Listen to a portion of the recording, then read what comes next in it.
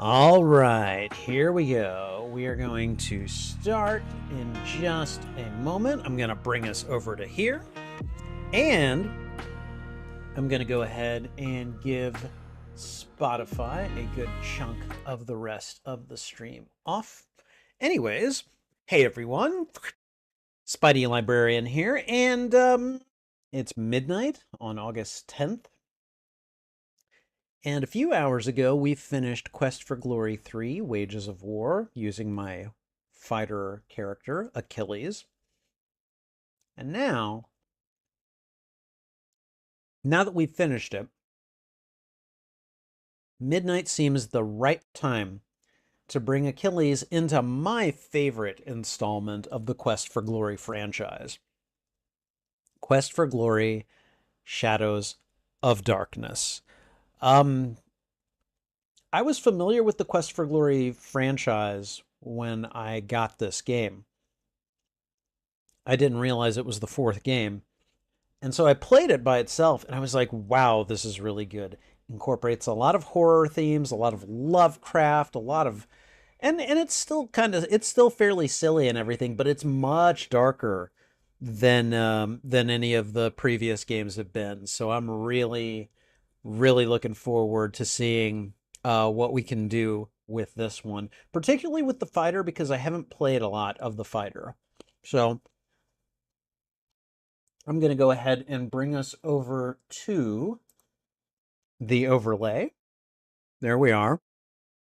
Now, I need to make a couple of adjustments to start, because when we saved Achilles's character profile on the previous game, I need to go and find it in the Quest for Glory 3 folder and dump it into the Quest for Glory 4 folder. So give me just a moment. I'm pretty sure I've done this enough times now that I'm pretty sure I can find it without too much difficulty. There's an Achilles save file, but I don't think that's the one I was, because that one's from July. Come on, where are you hiding?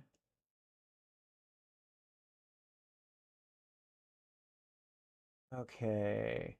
Like, I called it like, okay, first of all, there should be multiple save files. So let's just look for SAV files.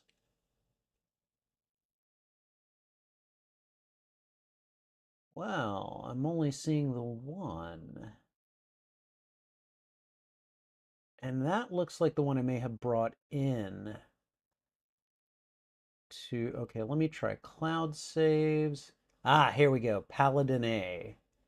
Okay, all right. So I can move this one over to, let's see. I am going to open up, oh, come on, don't do this. Okay, fine, we'll copy it. And then I was going to see if I could just open a, well, never mind. There's cloud saves. We're going to see if we can paste it here. All right, we're going to see if this works because I actually don't know if I did it the right way this time. So anyways, before I get started, let me say hello to CG. How you doing, my friend? He says he can't stay long, but wanted to say hi and wish me a really good stream. Thank you. I appreciate that. Also, he hopes that I like playing the Spider-Man game. Overall, it's not bad, especially for something that came out on a handheld system back in, like, what, 2002, 2003? Oops. Damn it. I'm sorry, I'm eating chips and salsa, and apparently I just lost my grip on a bunch of chips, and some of them are now on the floor. Just demonstrating what a great big slob I actually am. The loose adaptation of the movie is kind of brilliant, and I like that. I do wish that Peter, you know, I wish the controls were a little smoother.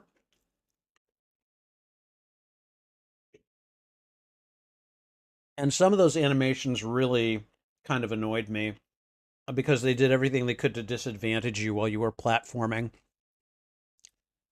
But I mean, but you still had, like, you had web swinging, you had a modified form of web zipping, which I actually kind of liked when it worked. Yeah, it wasn't bad. And I'll be returning to it next month. I didn't finish it, but I do think we probably could finish it on the next stream. So,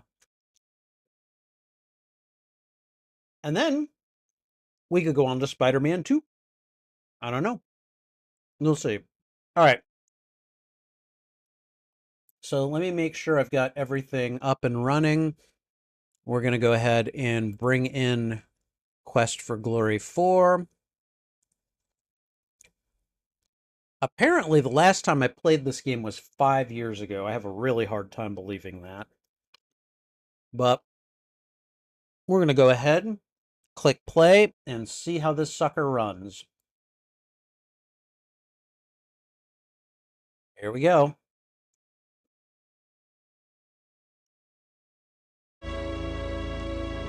Oh, yes. You can see that the design has improved over time. I love this intro so much. It's so dark and foreboding, and it screams gothic horror, you know?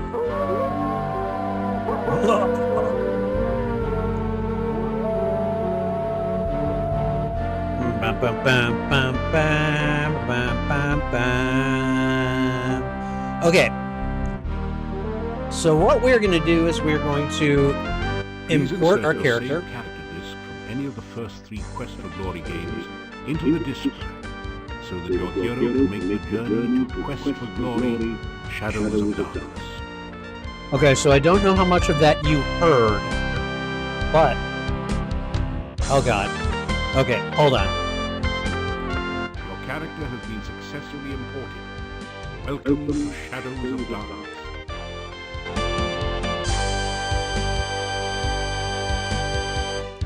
Okay, I had said before that even though they made Achilles a paladin at the end of Quest for Glory 3, I don't want to do the paladin storyline. We're going to do the fighter.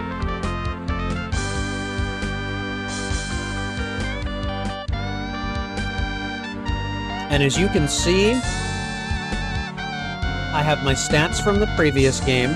Although they added 5 magic, that shouldn't have ever happened. I don't know why that's there, but it is. So we're gonna go ahead. My parry was upgraded. Huh.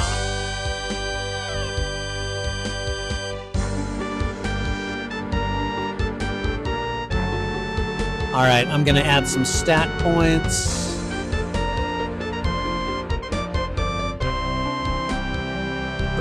Excuse me.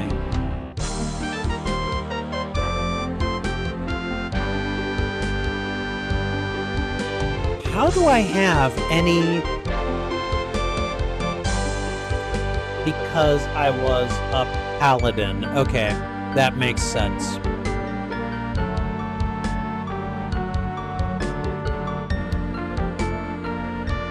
All right.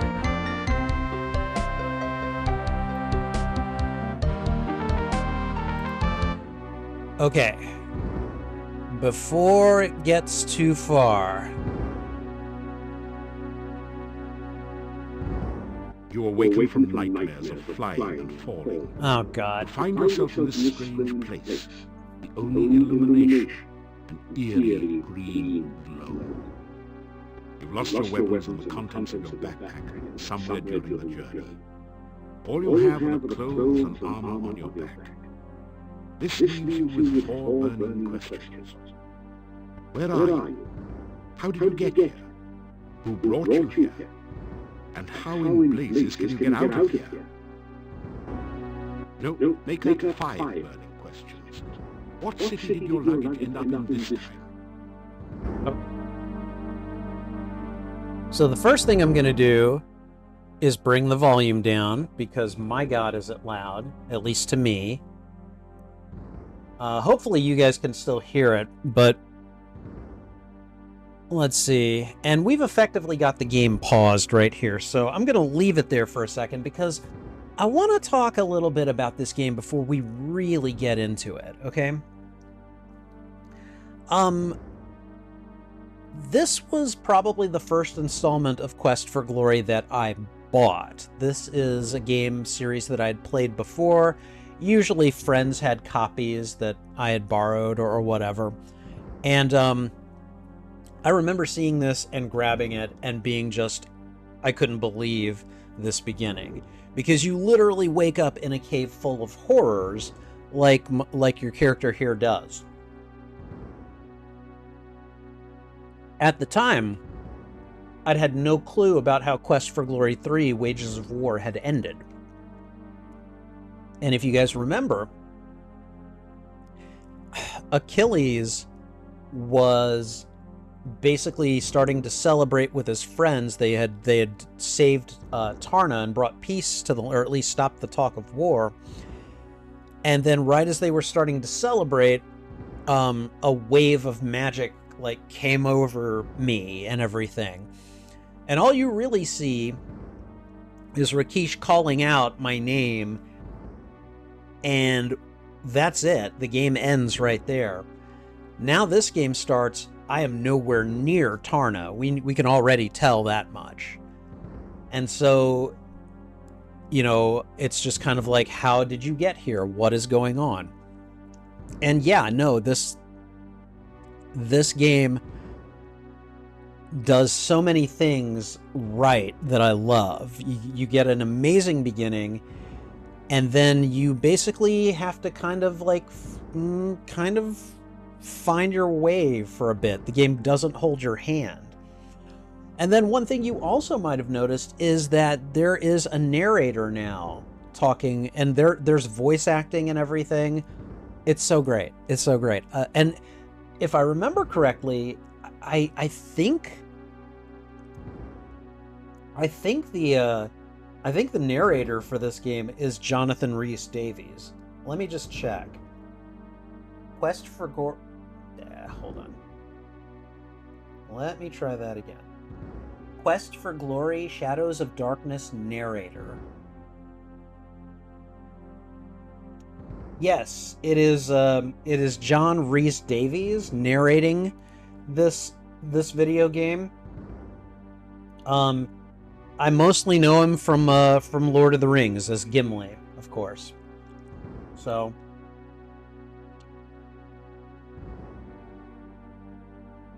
you can see that the icon is a lot more kind of like, it's more animated. That's the eyeball for seeing things. We're in a large cave, dimly lit by glowing lichen on the walls. Strange, irregular outcroppings of stone grow from the ground, looking like the skeleton of some enormous beast. Here and there, petrified human bodies seem to grow, half in, half out of the floor and walls.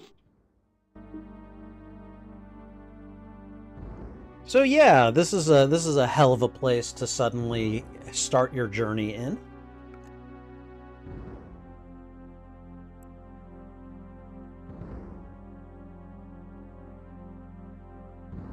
This is some kind of altar to the Dark One. The top is covered with sand. Torch holders flank the altar to provide light for nameless rites and unspeakable rituals. He does a good job.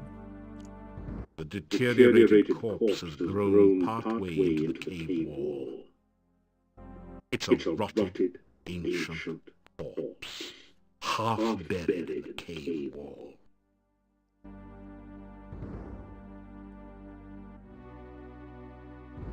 You are in a large... Okay. You are in a large... Nope. You are in... Okay, so... The desiccated corpse is half buried in the rock of the cave floor. So if I sort of came to and I was in a place like this, frankly, horrified as I would be, I'd start searching the corpses to see if there's any tools or something in them. Find 30 assorted copper and gold coins on the body. No, you gotta have money, I guess.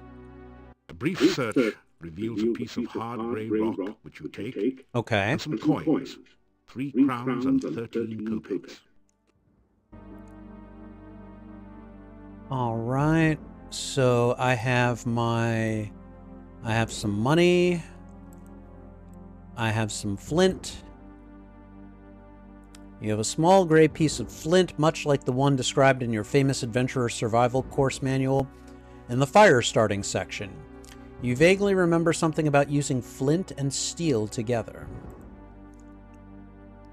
And then my plate mail consists of sections of metal plates welded to flexible chain links for superior protection.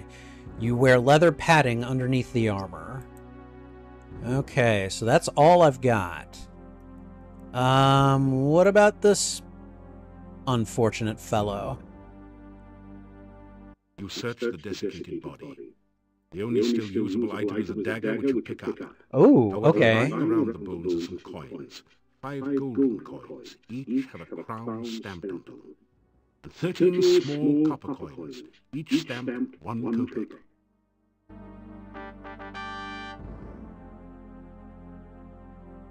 I just got points, so...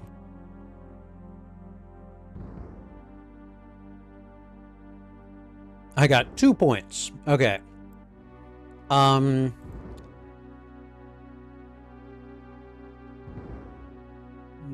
So it's a dagger. I'm not much of a dagger wielder. I'm more of a sword kind of guy.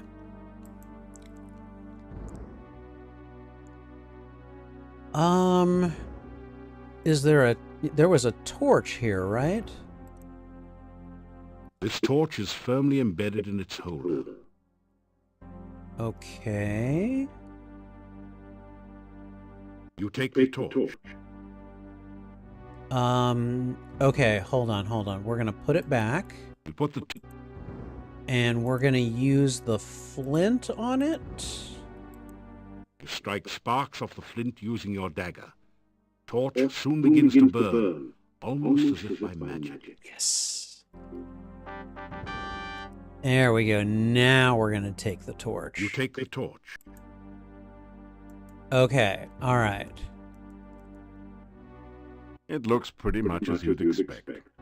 The torch is firmly embedded. This is some kind of... Okay, we've seen that. What's this? It seems to be a kind of stone valve, acting as a door to the passageway beyond. Well... You are in a lab? You are... Alright, let's go over here and see if we can open this door.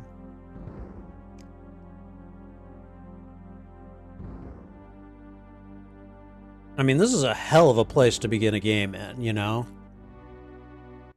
You force the sphincter open with your dagger and pass through. The sphincter? You've made it into a large chamber. Stone valves, like the one you just passed through, apparently block 3 other passageways. There is a huge stone altar in the center of the room, and an exit to the south.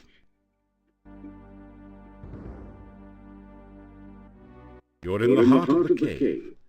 Stone valves close off passageways leading in all directions. In the center of the chamber is a bleak stone altar covered with dark stains. Dark stains, huh?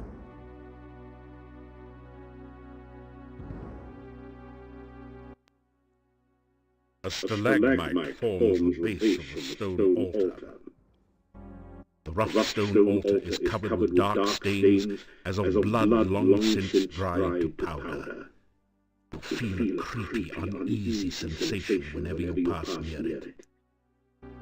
Hey, what's this? Is this a sword and The shield? corpse has long since decayed into a dry husk, but his shield seems to be in pretty good condition. Lying next to the dead warrior are a battered sword and a coin pouch. Well, he's got no use for these. Let's go ahead and take them. Again, I've always been, Gratefully retrieve the shield and battered sword from the dead warrior. You hope that they will serve you better than they did their last owner.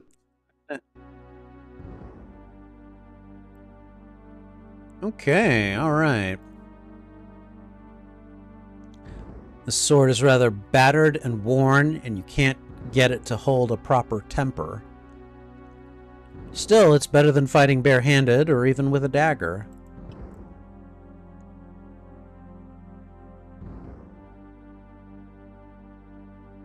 Okay. You're in the heart. I don't see much else that we A can stone do. valve blocks this passageway to another part of the cave. Okay. Can we go back the way we came, or...? Try as you might, the stone valve will not open. Perhaps this isn't the right time. I'm gonna guess that's with all... because that's the one I just came through, so... Try as you might, the stone valve... Okay. Alright, well, let's go and see what we can do. This is room number 2 of the game. Oh! As you approach the exit, you are confronted by 2 flying creatures. They have bat wings and spider-like bodies. Okay. Hey, you little...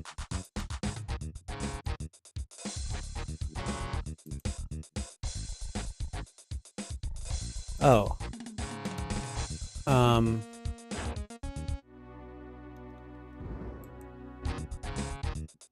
I didn't exactly mean to do that.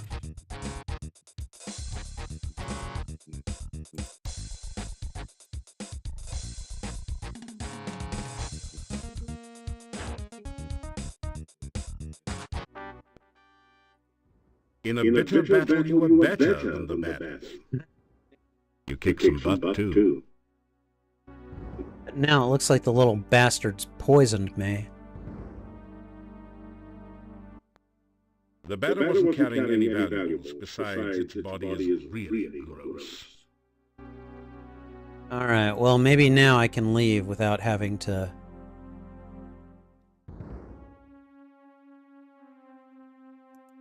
A deep pit fills most of this hallway.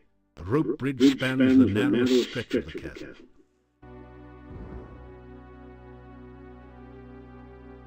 A heavy rope bridge spans the deep chasm. A heavy rope... A deep pit fills... A massive pillar fills much of the upper ledge. This sphincter blocks the passageway back into the heart of the cave. You can see the entrance to a large cave at the bottom of the pit. You catch an occasional glimpse of a horrid, multi-tentacled monster just inside the cave. Oh, God. Where is This it? is the entrance to a smaller cave, or perhaps a second outlet from the large one.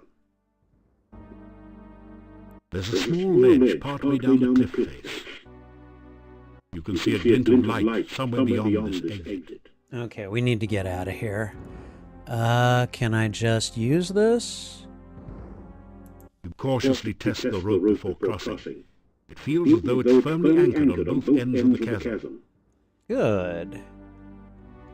I can't take the rope, can I? A rope might be useful, but it's firmly attached on both ends.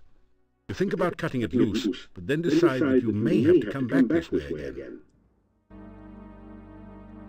Alright, we'll try doing the, you know, monkey cross or something. Oh, God. You just barely made it across the pit. A deep... You can see the end. Okay, well, whatever that was freaky.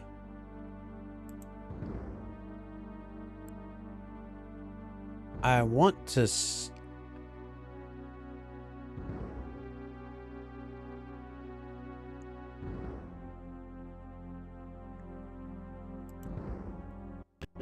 You can see the end. Oh, come on. Okay, alright, one more time.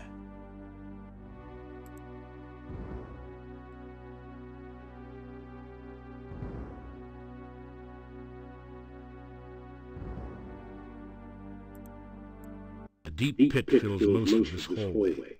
You can see the entrance. You can see... Okay, so no comment on that, huh? Just this tentacle reaching up at you as you try to cross over it. I'm sorry, that... That should have had some form of description.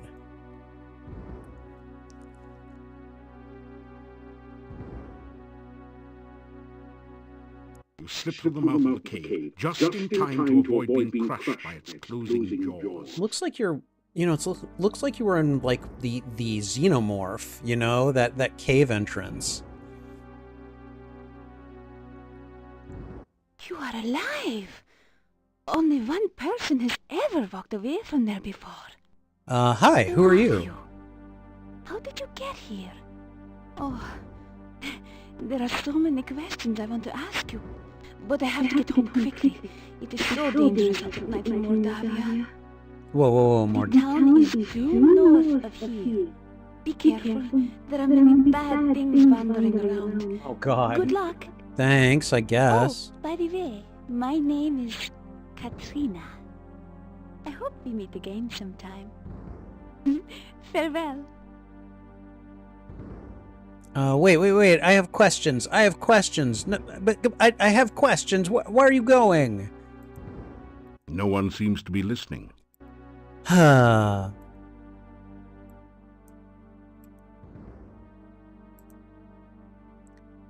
Okay.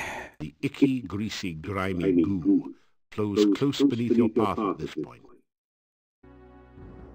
Okay. A lot of emphasis on the goo here, which, if I remember correctly, that's kind of a Lovecraftian trope. Goo and slime and ichor or ichor or whatever you want to call it.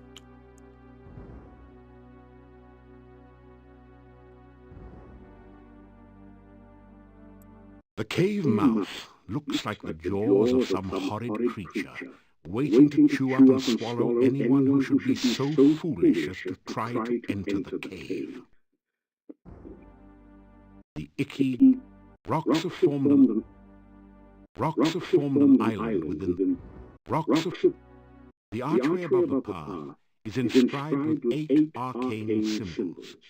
You recognize 7 of them from Arcania 101, no doubt. Arcania Symbols 101. of blood, bone, breath, essence, heart, the mouth, and the senses.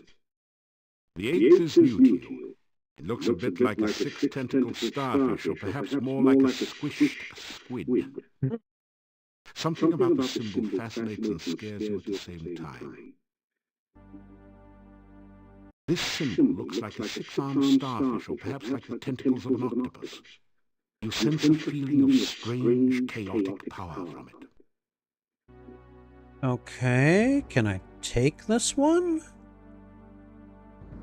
The 6-pointed symbol seems to pulse with energy and comes loose in your hand when you touch it. You have the feeling that you may need this sign, so you carefully store it in your pack. Okay.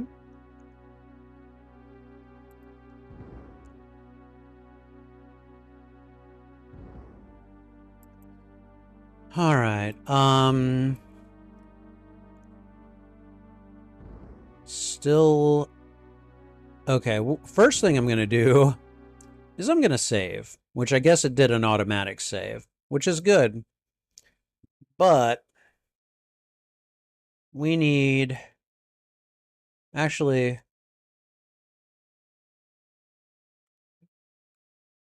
There we go. All right. Let's go this way. A pool of sticky, greasy-looking slime dominates this area below the cave. A stream of slimy goo oozes down the right side, and goo dripping on the path makes it slimy and treacherous as well. What is this? This tall standing stone has been carved, so that the top looks like a squid is perched upon it. It doesn't look particularly stable. Hmm.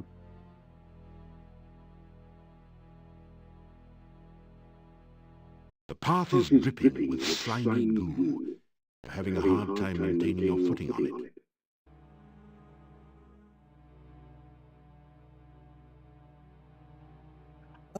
Okay, it's becoming morning. The sun is coming up. I can see the color palette changing.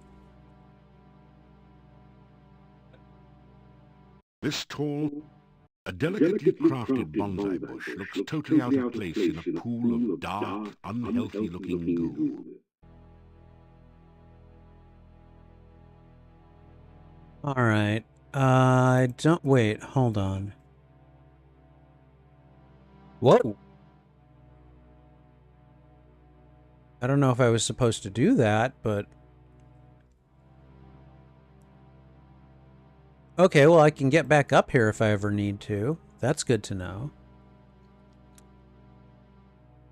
Can I get the bonsai tree? You can't reach the bonsai from here, and the ledge is too slippery for you to climb on it. Perhaps you can try something else. Okay, I don't need to, but let's go ahead and just get out of here.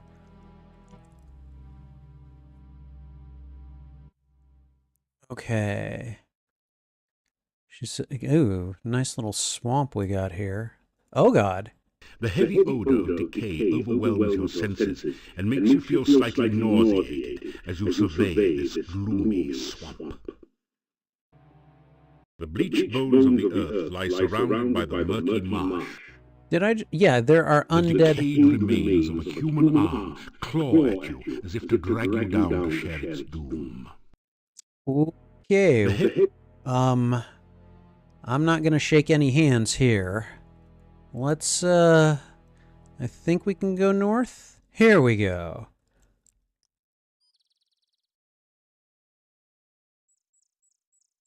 Okay, yes, morning has started to fall. Okay, good, good. We're gonna go ahead and just keep...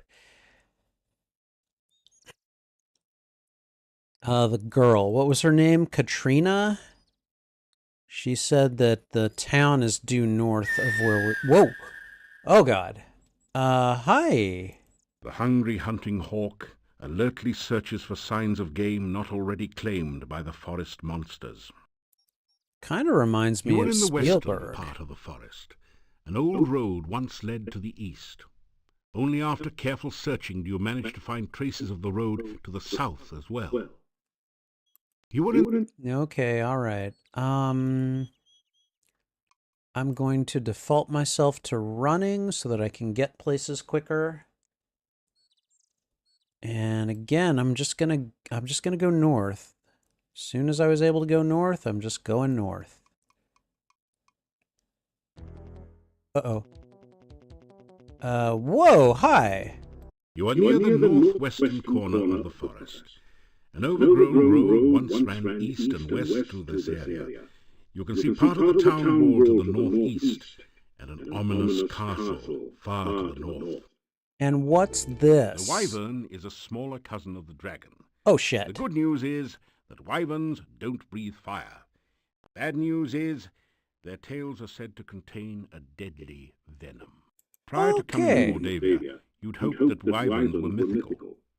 Now you're just hoping this one will myth you when it attacks. Ah, yay. Bad puns. Such a part of this series. Oh god, what are you doing? Run! I am in no condition to fight a wyvern. I just got here. Run! Why?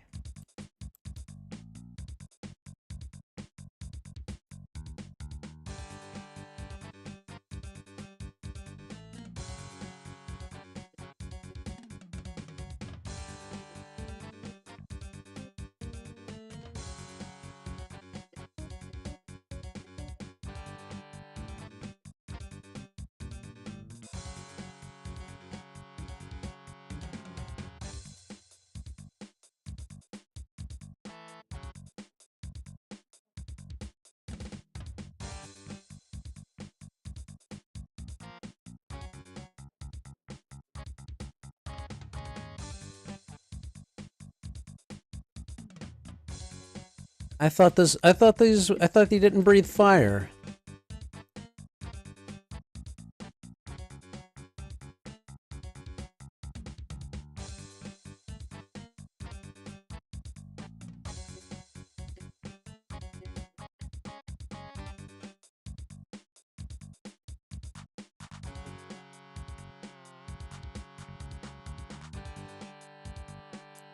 Okay, remember, buddy, I didn't want this fight. The wyvern has no place to carry treasure. This is one reason why dragon hunting is far more popular. Okay, alright, well, the bastard poisoned me again. Okay, alright, I think we found the town. The walls of the town rise majestically above you. Alright, I need to find some poison cure potions. Or, I guess, pills? What is this? Beautiful, out-of-season flowers grow all around the stone monument. The curved staff has a very organic look to it. Its curves seem somehow feminine.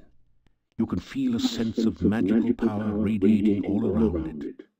Oh, really? Beautiful. To the north you can see the buildings of the town. It looks a little like Spielberg, yet also very different in some undefinable way. A familiar sense of peace and harmony fills you as you look around here. The smell of sweet flowers reminds you of Irana's peace in Spielberg. Yeah. Your eyes are drawn to the staff in the middle of this lovely area. It is obviously a wizard's magical staff.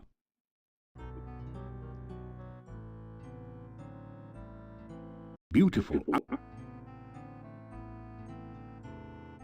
The staff feels warm and almost alive in your hand. You hear an eerie voice in your head. This I must first do. Oh. The sacrifice of life for one of love. You find yourself letting go of the staff very quickly. Okay.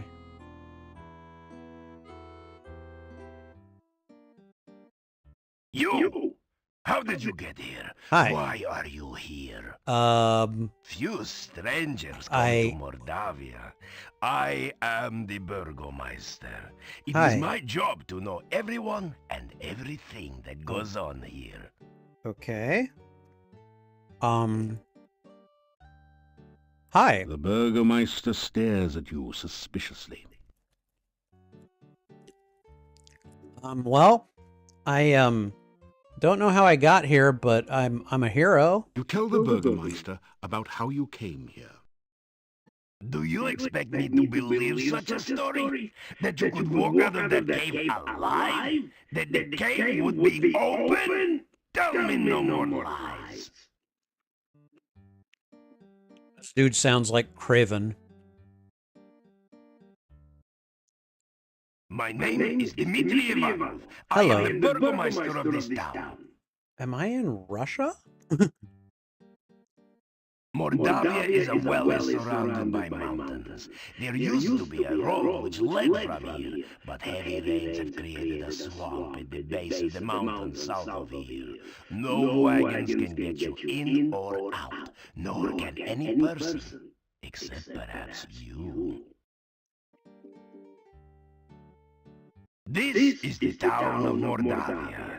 There is an inn and a shop down the street where you can spend the night or get some supplies and be on your way. Okay. The sooner you leave, the better for all. There are many dangers in Mordavia, and we certainly do not need a stranger to stir up new troubles. Yay. The Hotel Mordavia has rooms and food. It is a safe place to spend the night. The shop does not carry much. We have been cut off from supplies for a while now. Still, you may at least restock your food rations before you continue with your travels. There are many strange and dangerous creatures that live in Mordavia. Trust nothing. The gates of this town are closed at sunset. Do not let yourself get caught outside after dark, for few can survive a Mordavian night or remain sane enough to speak of it. Again, I love the voice acting in this game. Just leave Mordavia quickly. No good comes from outsiders, and we do not want you here. Jeez, okay.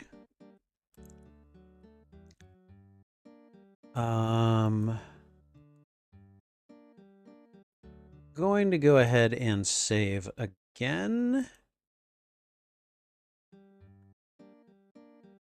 I want to show him this symbol. That didn't do anything useful. Okay. Can I come into his office? Oh, I can. Are you just sightseeing or casing my place? Hey, I'm not a thief. I'll play a thief some other time. So, what are you up to today? Okay, so you're not trying to rush me out of town. That's nice. Never have I heard such wild stories before. I am supposed to believe that a prince of Shapir stands before me? Yes. You do not look like anything other than a teller of tales to me. Okay. All right. To be honest, I do not trust you. What you say of yourself is unbelievable, and what you do around here seems likely to get you in trouble. Dude, I've been If here the 5 path was minutes. clear, I would ask you to leave Mordavia. As things are, I will be watching you closely. Okay, he looks like quite the imposing figure, too. The Old Adventurers Guild is at the north end of town.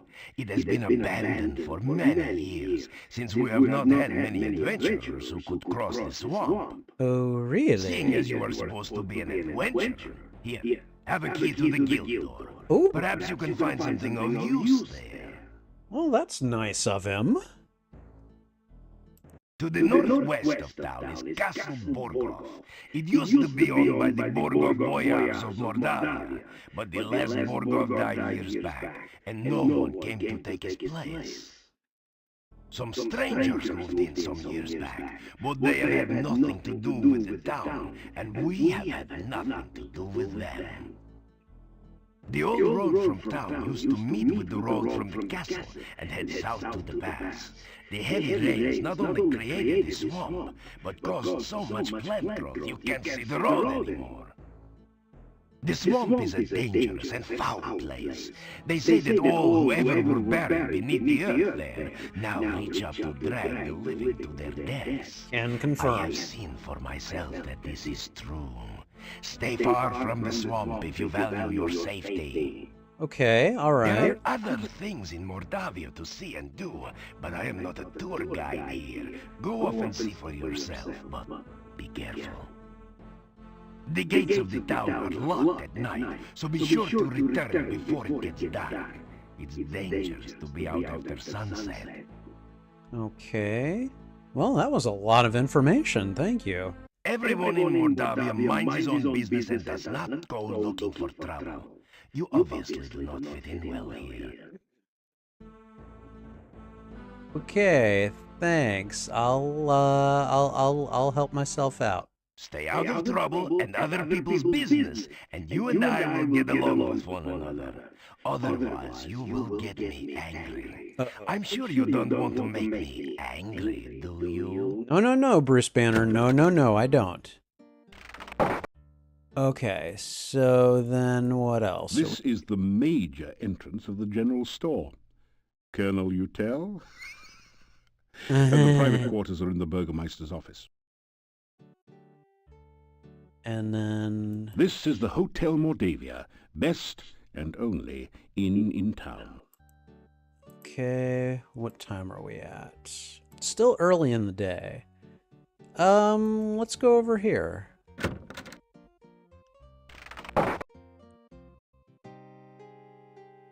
This general store is cheery and well lit, thanks to the warm hearth. The first things that you notice are the cats. They seem to be everywhere. Then you see the shopkeeper, sitting on her rocking chair as she knits. She's a very, sturdy-looking woman. So, you're the stranger in town. I've heard all about you already. What? Hi. They're polite, aren't you? Manners are as manners do, as my husband used to say. We'll see. You can call me Olga. Mrs. Storage is too formal after all. Hello, We don't Olga. welcome strangers here. They bring nothing but trouble. All the same, it's good to see a new face again.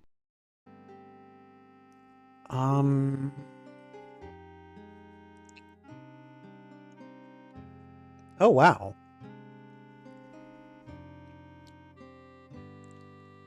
Okay, I'll keep all that in mind. I think for now I'm good. Let me see, what could you use? Well, besides my regular items like brooms and pens, I really don't have anything else for adventurers like yourself. Now, I do have some lovely sandwiches you can use for rations. And garlic, of course you need garlic. I've also got some oil you can use to keep the weapons and armor from rusting. Okay, alright. And if you like sweets, I've got some yummy homemade candy. Although the garlic-flavored ones have all been purchased by now. I'll have to make some more. I guess they like garlic around A here. shopping bag to carry things in. I have a couple of those left. 3 twists of candy will cost you just 5 kopecks. The kids love it. There are kids around here? Oh, now garlic is a must-have item. It's just 25 kopecks for a bulb, and it will add flavor to any food. Storekeeper looks around nervously for a moment, then continues. You know, some say garlic also has medicinal and protective properties. My husband always said I make the most interesting sandwiches. Interesting sandwiches? And I only charge 50 kopecks each for them. I assume kopecks are pennies, basically. The shopping bag costs 50 kopecks. It is very useful for carrying your purchases or other large things.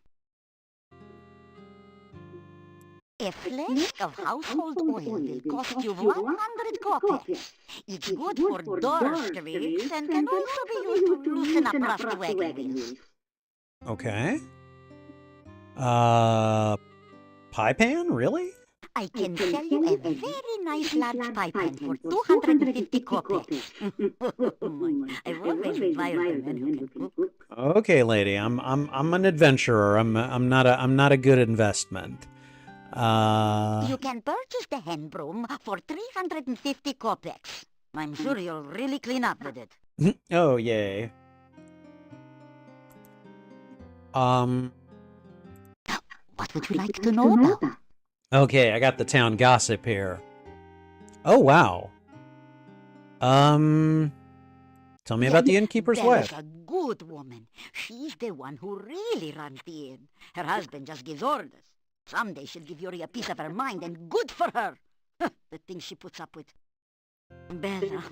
She was a pretty woman not long ago. Was not called Bella for nothing. Losing her only child really aged her. What a tragedy. What happened? She doesn't have anything more to say about it. The castle north of town was abandoned for many years.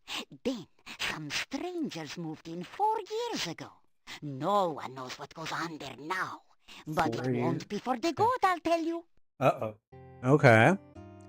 There are werewolves around here? Werewolves are gypsies, no question about it. Oh boy. They change into wolves at night, eating anyone they can get. Uh-huh. Nothing can kill a werewolf but silver or magic. So you be careful out in the woods at night, you hear me? The gypsy camp is not at all that far from here. Okay. That is a bad place, and you'd better have nothing to do with it. It is dangerous and should have been torn down long ago. Monastery? Many a stranger never came back after asking questions about it. So don't let your curiosity be the death of you. Hey, good queen of cats. Yeah, my husband and myself have run this shop for many years. My husband passed on now, but I keep it just the way he liked it. A well-run shop is a busy shop, he always used to say. Oh. Not very busy anymore, what with the swamp. But I try to keep it going the best I can. Mostly housewares, but a few items that might interest you. Okay, well, thank you for the talk. I appreciate it. I'm gonna say goodbye. You be careful. We don't need you going around stirring up trouble after all. Got enough as it is. If you do find something interesting, you let me know, of course, won't you? You really don't feel well. As a matter of fact, you feel like you're about to die from the poison in your system. Oh, crap.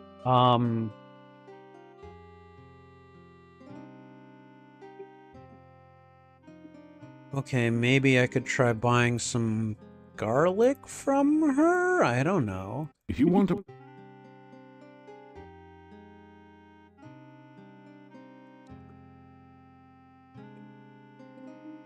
You bite off a bit of one of the garlic cloves. Watch out, werewolves. Not to mention pigs. I don't think that did much. Goodbye. Or, as my dear departed Boris used to say, may the winds blow fair at your back. You don't have any rations. You better get some food soon. Oh my You god. really don't feel well. As a matter of fact, Yeah, I get it. I don't know what to do.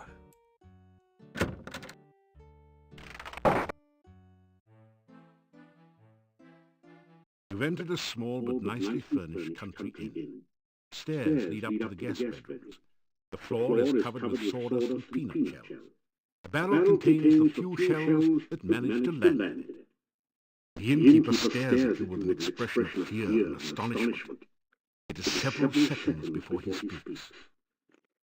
This is the Hotel Mordavia. Rooms here are 15 kopecks for room and board.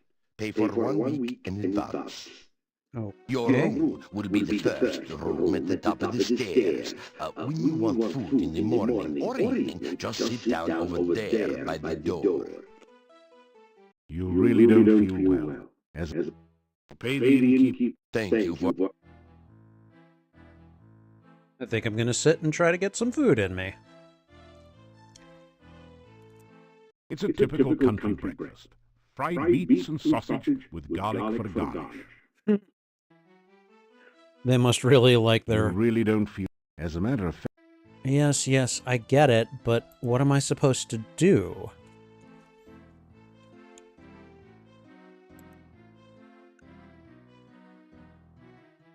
I've got 23 health. Okay, is there a doctor in town? you really don't... As a... I get it.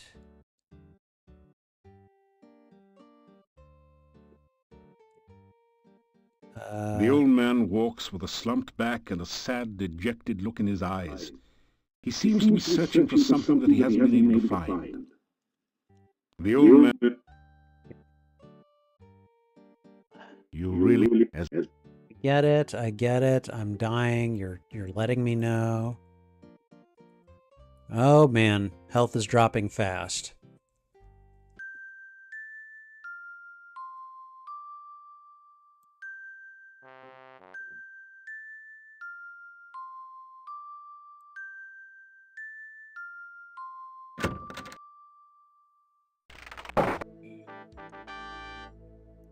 Okay.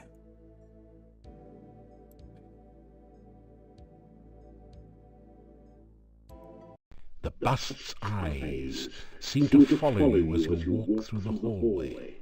You really do... As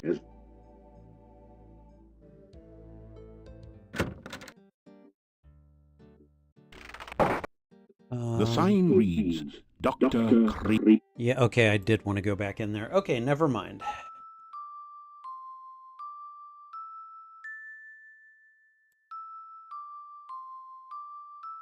You really do... As a...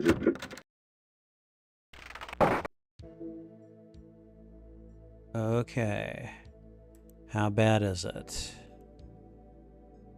Oh god, I'm dying fast. Okay, You hear something bouncing around behind the door. You really do... As a matter of... Antwerps. Oh, fortunately, these are just baby Antwerp.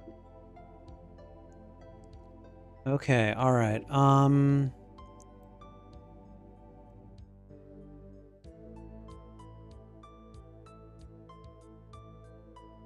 You don't hear any... Behind the door is a sort of rat maze, but it's missing the rat, or whatever is supposed to be traversing the maze.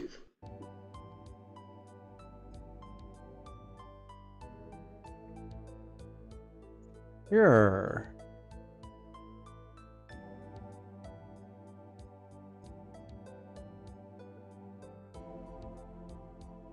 Is it bigger than a bread box? Yeah. Okay. No. No. Is it yellow? Does it weigh 500 pounds, have wings and an attitude? I'm gonna say yes. It's a 500-pound canary. Say here, kitty, kitty. Haha. Okay, yes. No. No. No. No. Is it gray and wrinkled and lives in it? No. Is it gray, wrinkled, wears a hat and says, only you can prevent Savannah fires? No, I don't think so, but I think that was a character from Quest for Glory 3. That's Smokey the Elephant. Leave a fire burning and he'll come. Cute. So you want to identify an animal. Yes. No, no, no, no. No. No. Yes. No. Is it blue? 2 out of 3. I really hate this game.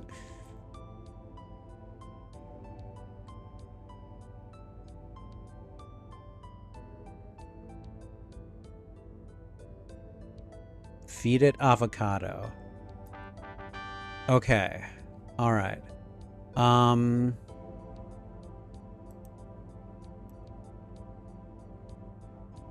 Oh god.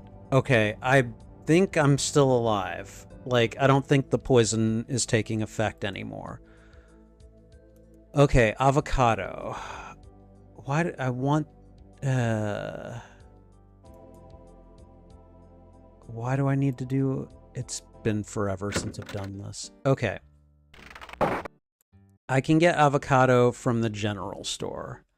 So we're gonna go to the general store.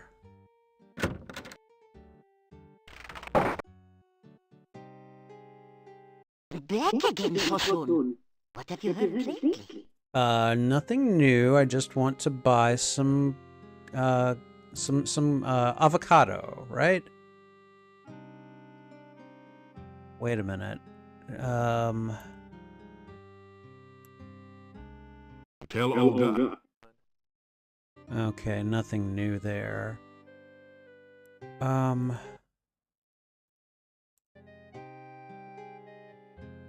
Wait.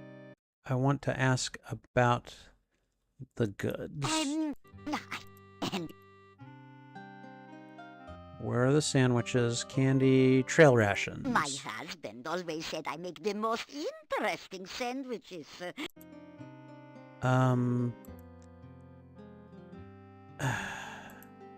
Okay, alright. Just buy the damn sandwich.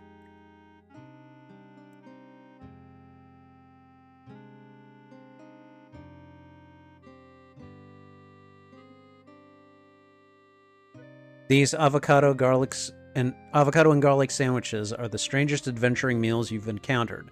Still, they do last a long time and keep you from starving to death. Of course, you may wish you'd starve to death if you have to eat them too often. Okay. So as my husband used to say, come back again, sunshine or rain. Okay, she's very sweet. Let's go ahead and make a run for this place. Dr. Cranium, medicine. It's because I was hoping that he sold poison cure potions.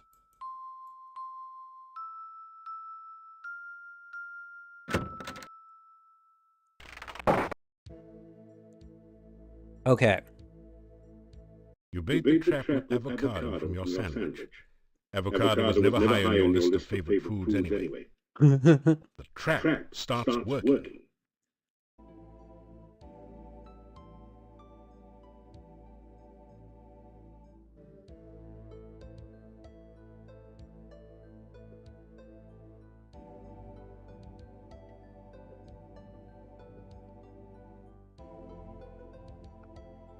There we go. Oh no, you've been Antwerped.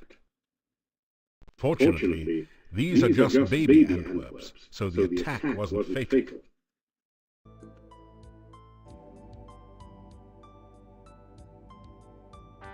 You've caught an Antwerp. It's simply amazing.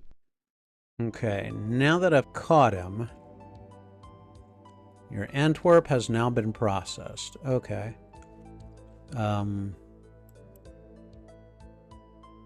Does it have legs? Oh, I don't know.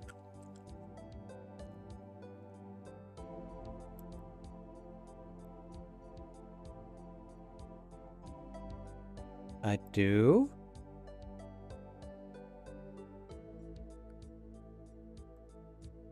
Uh-huh.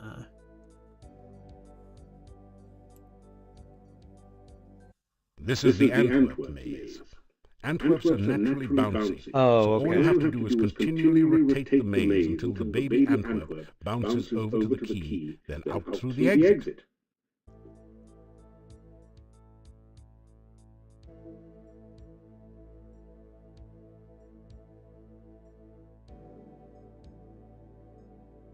Okay, so we want to get the key.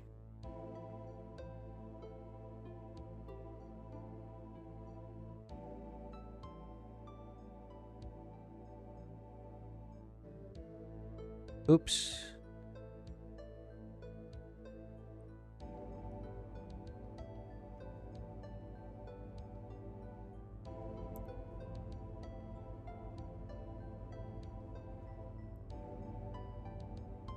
Damn it.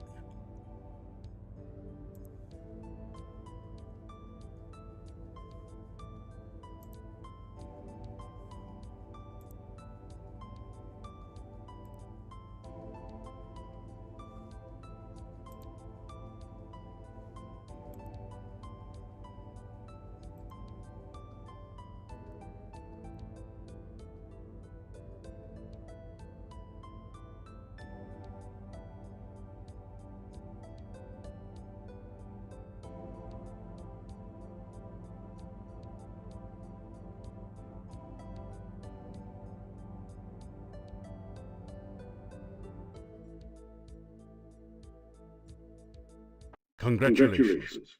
You've used the baby antwerp to get Dr. Cranium's laboratory key from the maze. You add the key to your keyring.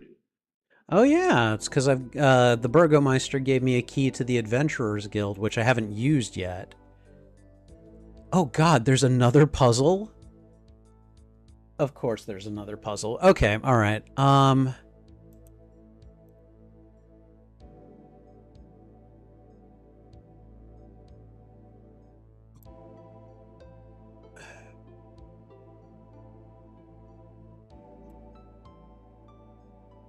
Okay.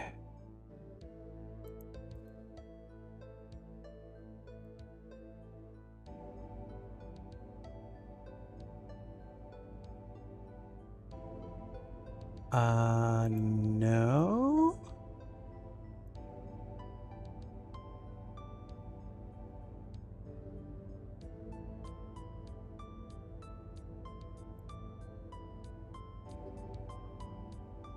Okay. Hold on.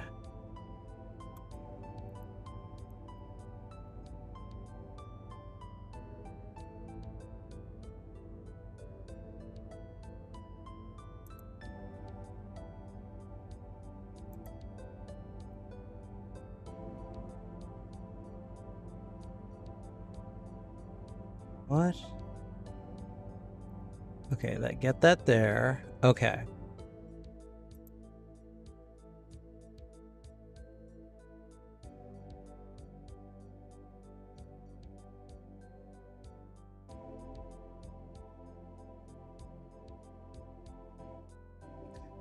Okay, so we got the big keyhole taken care of.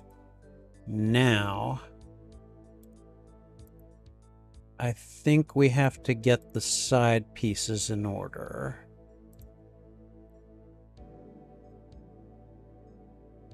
Okay.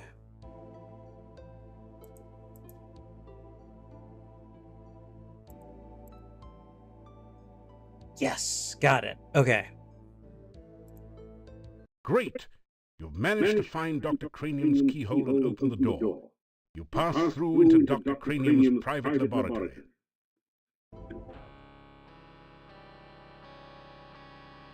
Quickly, Igor, the fluid! I must have the fluid! Oh, excuse me. I thought it was Igor coming in to assist me.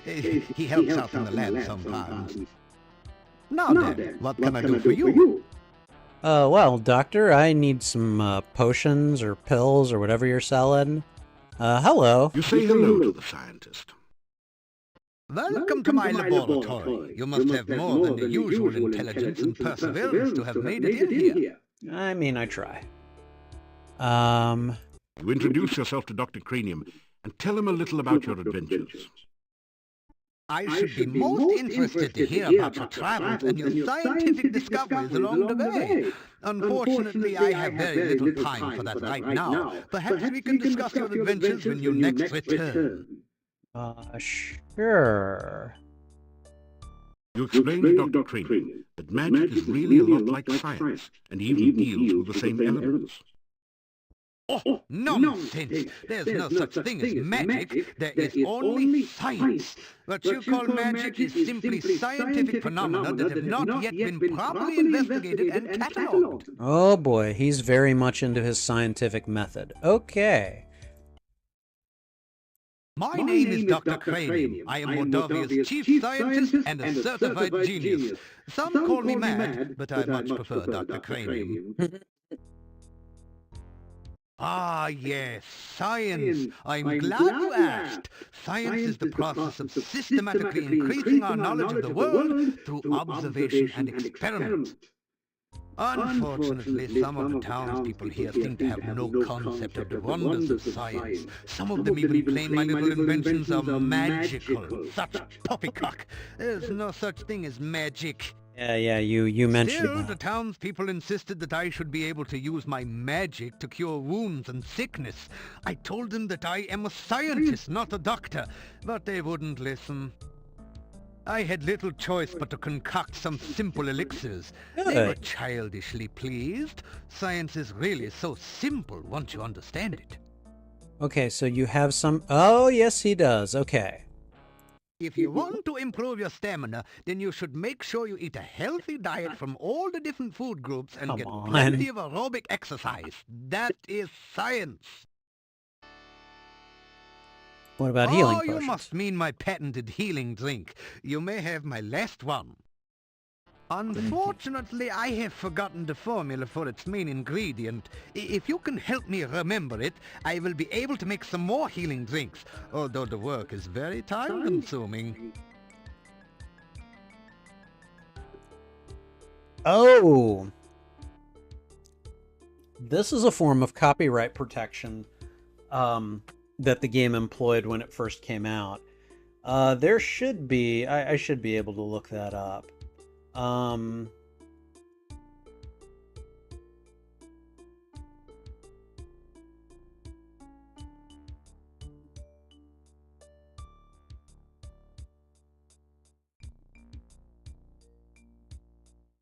Let's see. Okay, so I think it's earth, fire, earth, air, and fire.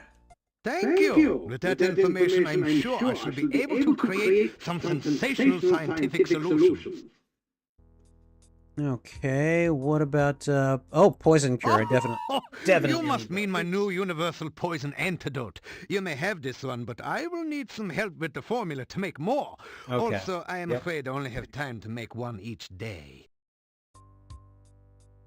Kick up Tui.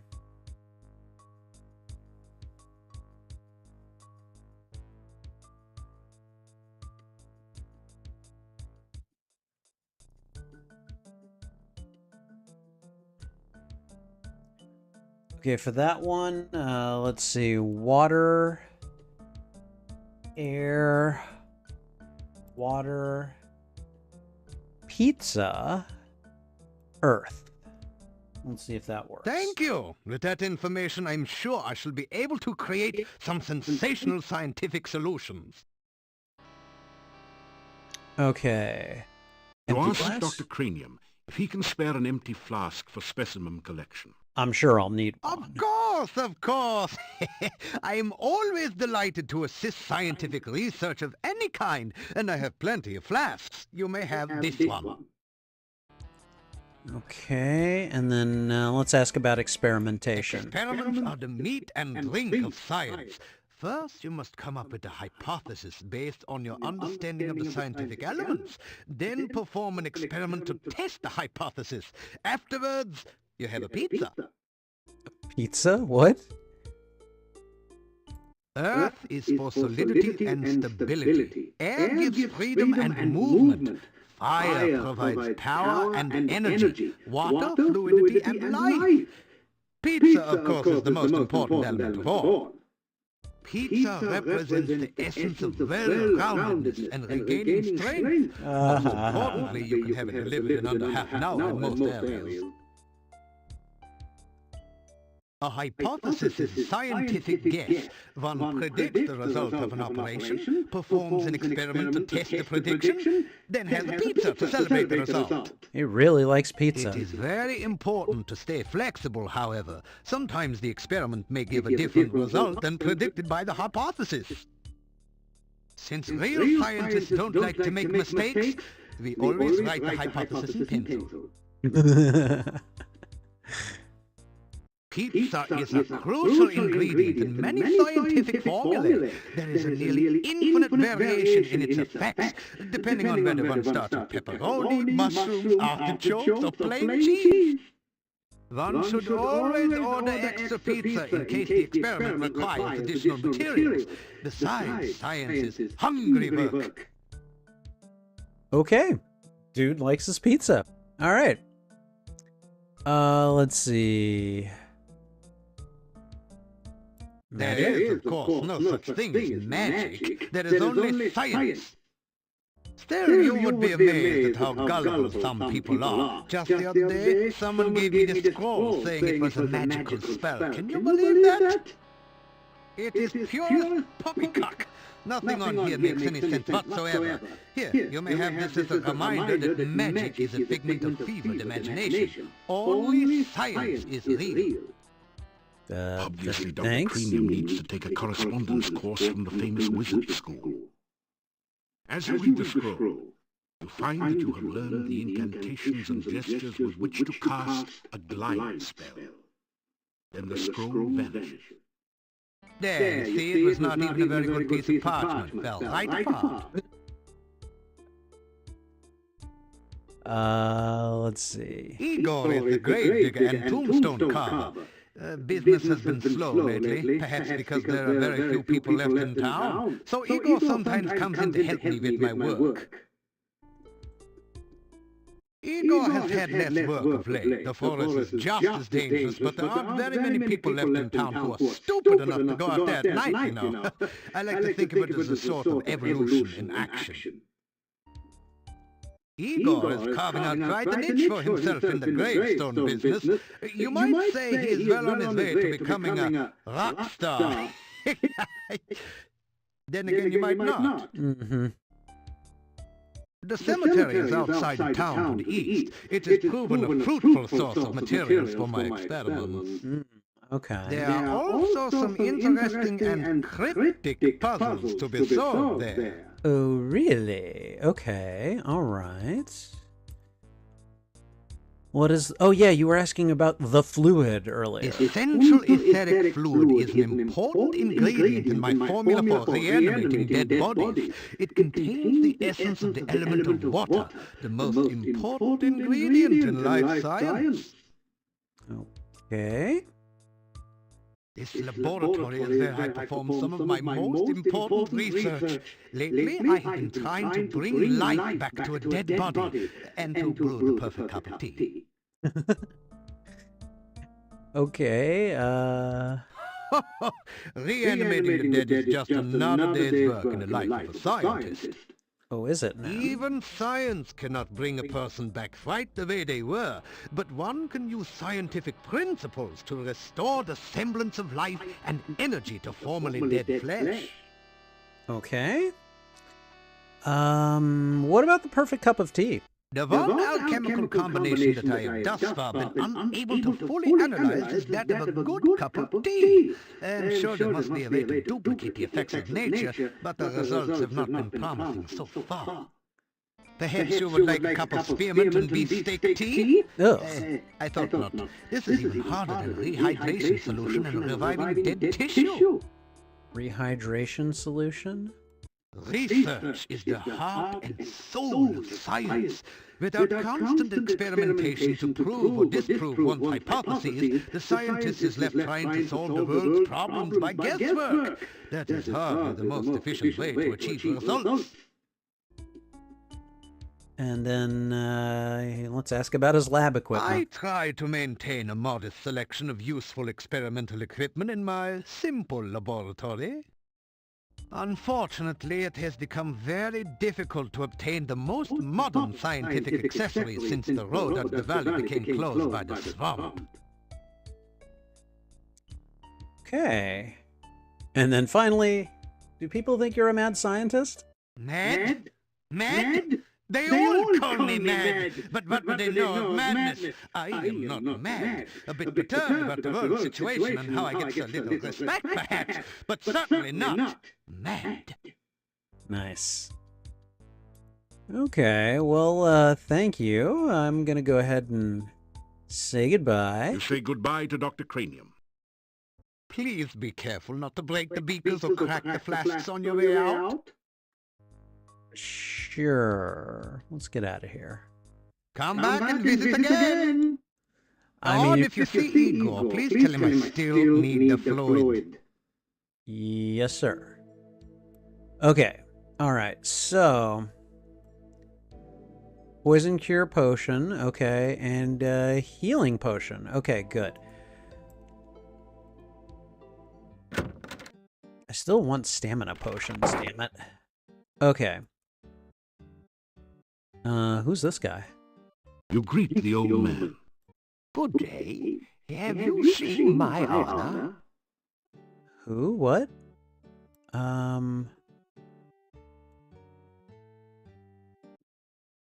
am Nikolai. Oh, God. Have you seen my honor? No. Honor. Have you seen my honor? I am looking for honor. Have you seen honor? Okay, all right. You have a good day, sir. Tell the old man goodbye. If you see honor, tell her I am looking for her. All right, let's go see what's this way. I still have a lot to explore. It's still fairly early, thank God. As you enter the northern part of the town, you hear the sound of a chisel chipping away at a stone block. A man is carving gravestones at one end of the street. Oh, Igor. Okay. Your attention quickly moves from the stone carver to the ominous Gothic building in the center of the street. There is definitely something not right about this structure. Oh, yeah, maybe the frickin' octopus-looking thing over the door.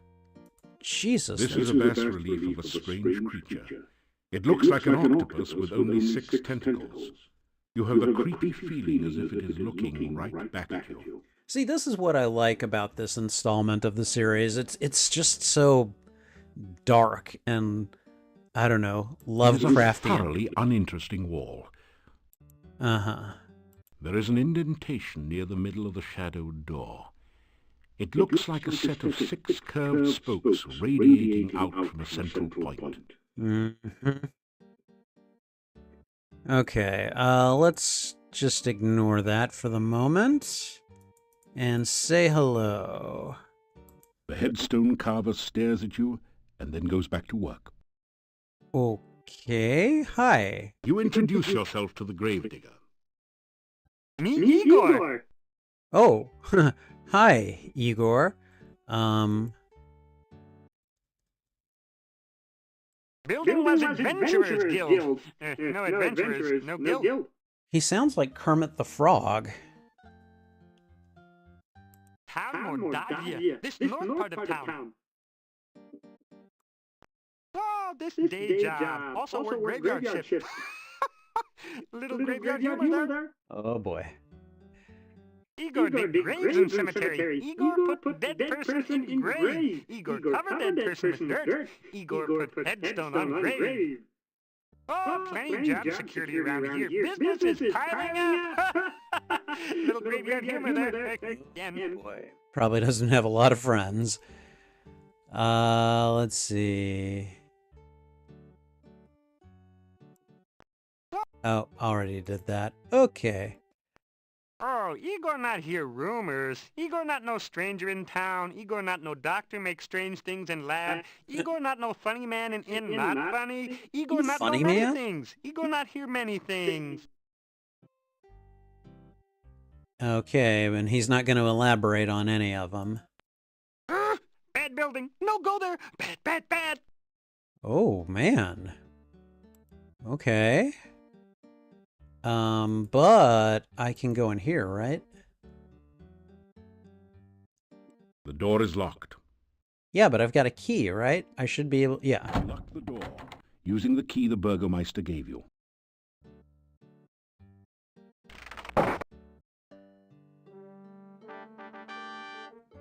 An adventurer's guild, I guess. This place appears to have been an adventurer's guild hall at one time. Evidently, there are no more adventurers left in Mordavia. The hall is badly in need of maintenance. Was there an adventurer's guild in Tarna? There really wasn't, was there?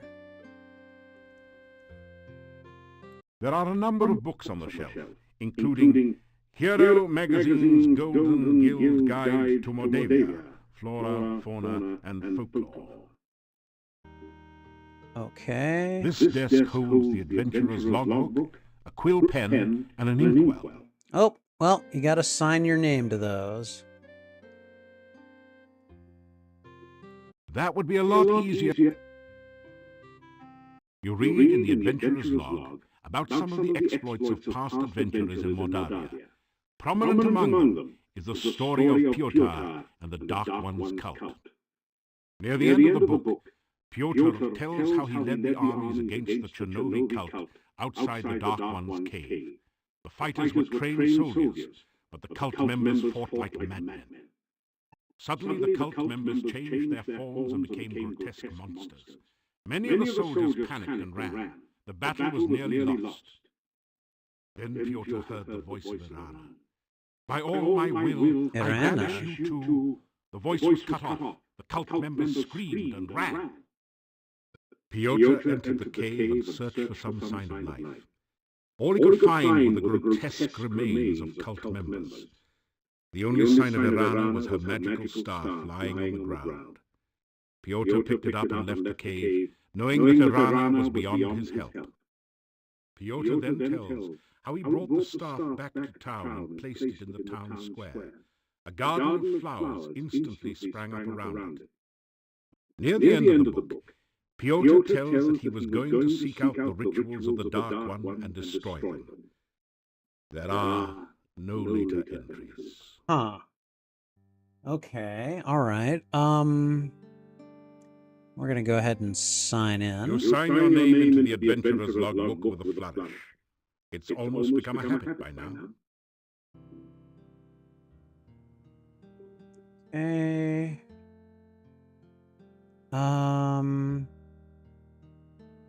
It's a rare example of the deadly Moldavian moose, distinguishable by its long, fang-like canines. Someone has strung garlic around its neck, probably in hopes that it will stay on the wall. This is either some sort of diabolical device or an exercise machine. Come to think of it, exercise machines are diabolical devices. You're not wrong.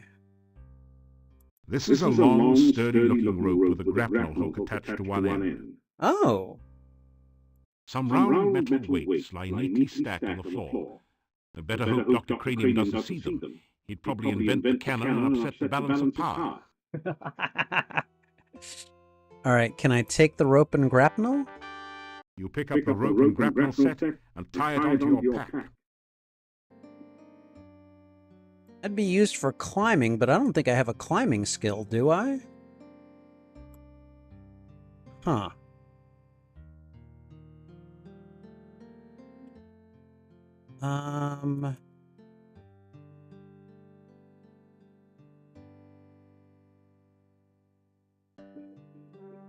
Can I move the bookshelf? Nice try. Oh, But okay. the bookshelf won't budge. If there's a secret passage around here, it's hidden a different way. Which book do you want to read? Oh. Oh! Climbing skills? Well, that's timely. You read the book entitled Climbing Skills for Upwardly Mobile Adventurers. It's written entirely in one-syllable words, obviously intended for fighters. It's absolutely fascinating. Okay, so fighters are This not book considered teaches you that smart. climbing sheer Gotcha. walls is best left for specialists, but that anyone with reasonable strength can climb using a rope and grapnel. You're pretty sure you know what to do now.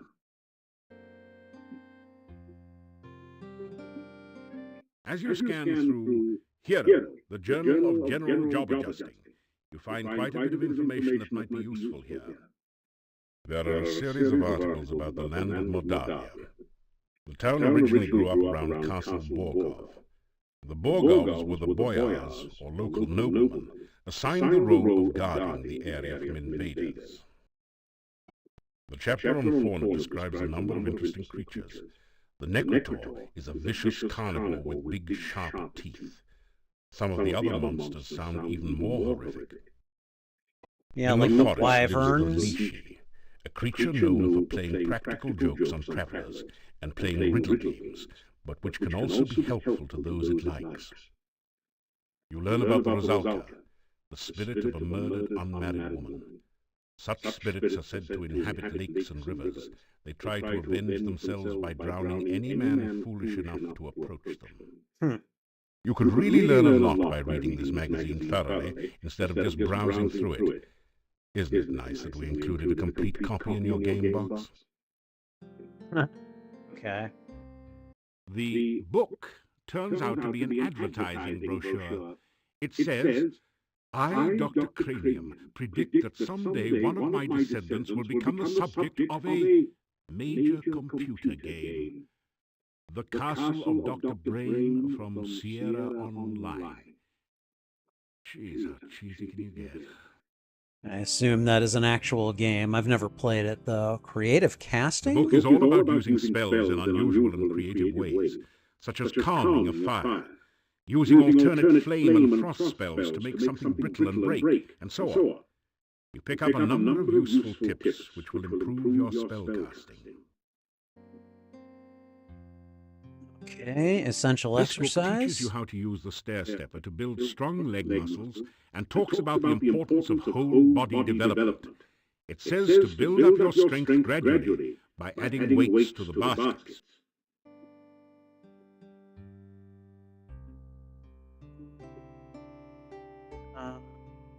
Talk food. This book teaches the ancient Oriental art of talk fool. How to overcome opponents by attacking them with the unpronounceable names of martial arts forms and confusing them with fortune cookie wisdom. You get lost somewhere between karate and kuksu. And I can read 3 of them again. You go through the book on climbing again to make sure that you're clear on the techniques. It's still interesting, but you don't learn anything new. Okay. You study the exercise manual again. It all looks pretty simple. Add weights to the baskets and walk back and forth on the steps until you get worn out. All right. And then creative You read casting. through the book on spell casting techniques again. It hasn't changed. Why does it give you those options then? Hey, this isn't a lending library. Cute.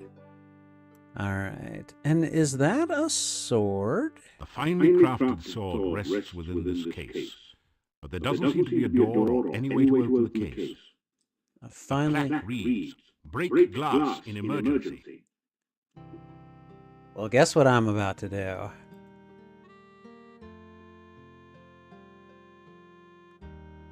You break open the front of the case. Avoiding the broken glass, you pull out the sword. It looks like a fine quality weapon. Good. All right, and that replaces the rusty one that I had. Very nice. Can I use this thing? Should I use this thing? Your legs are too stiff and sore to use this right now.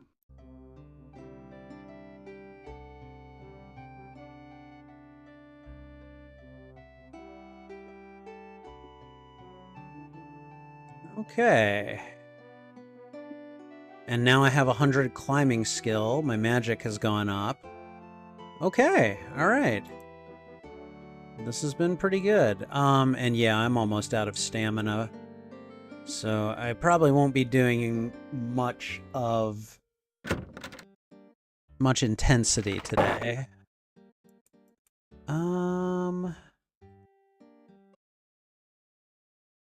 Building was adventurous. Okay, he has nothing new to say. All right.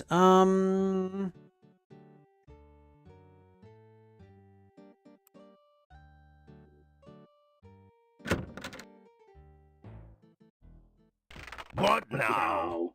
Dude, brusque, I get it, but come on. What do you want from me this time? Just checking, you know, seeing how you're doing, shooting the breeze, you know. Maybe we go grab a couple of drinks and hang out, be bros, huh? What do you think? Why are you always so curious about things? Don't you understand? Most things are none of your business. Never have I met someone who asks as many questions as you do. My charm. The problem with adventurer skills is that they attract adventurers. Adventurers tend to stir up trouble. I hope you will not cause trouble around here. I will endeavor to not do that, but I don't know how successful I will be. More sightseeing? Well, there was a lovely lake to the southwest of town that used to be very popular among young people, but I do not know what it's like now. To the east is the town cemetery. It is a morbid thing to visit, but tourists always wanted to see it when tourists were able to come here. To the southeast is Irana's garden. It is an enchanted meadow well Irana's worth garden? visiting. Well... However, Mordavia has become a very dangerous place since the swamps were formed. Do not ever travel at night. If you are far from town when it gets dark, try to make it to Irana's garden. It's the only place where you will be safe. Yeah, that makes sense. I do not really want anything to happen to you. Be careful. Oh, I didn't know you cared. Irana was a powerful magic user who was rumored to have come from somewhere near Mordavia. Okay. Her garden is supposed to be magical and keep anyone who stays there safe from harm. Irana died here many years ago. Her staff in the center of town stands as her memorial. That's It is Irana's supposed to protect staff. the town from Okay. evil and to have other magic besides.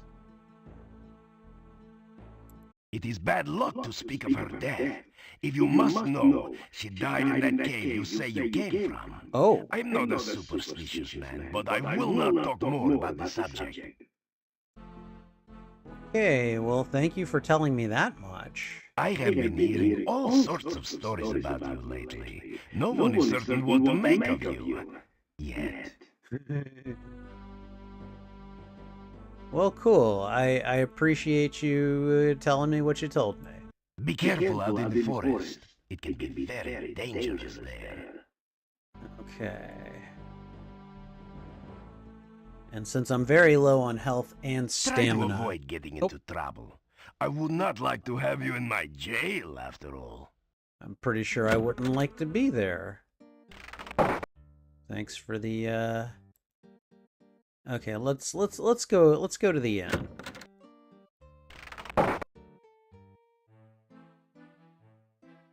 Okay, so, we never really got to talk because I was kind of dying before. Ah, so you are back. Yes, I am. This inn used to do a steady business before the swamp prevented traders and tourists from coming. Now we mostly make our money off of food and drink. Okay, alright, that's fair. The castle was once that of the boyar. Now we do not know who lives there. Uh-huh. Okay. Tell me about the many townspeople in town. Besides the ones that come in here in the evening, there are quite a few others. You probably have met the shopkeeper, the grave digger, and the burgomeister. Yes. And then there's Nikolai and that crazy Dr. Cranium. I've met them too. He is a harmless old man who wanders around looking for his dead wife. Must be a shame to grow old all alone. Oh. Dr. Cranium came to Mordavia several years before the swamp closed off the pass. No one knows much about him, but no one trusts him. It's rumored that he conducts strange experiments. It probably does, yeah. I could see that. The shopkeeper knows everything that goes on in town. She also makes a delicious avocado and garlic sandwich, which she sells as rations. Okay. Tell me about your burgomeister. The burgomeister keeps to himself and lives in his office. Yeah, I could see that being a thing with him. And then tell me about Kermit the Gravedigger. The gravedigger is a strange one, though he is a good carver of tombstones and digger of graves. Okay. Do you know anything about the forest? I know little of the forest, for I seldom leave my inn. You should speak with the burgomeister. Perhaps he can tell you more about it. Yeah, we've spoken. We've spoken about it. Tell me about yourself. I am well, as always. Okay. And what do you know any? Is there any hot goss? I do not gossip. Okay. All right. Good to know. Good to know. And you said that my room is the first one up on the top floor? You unlock the door to your room and go in.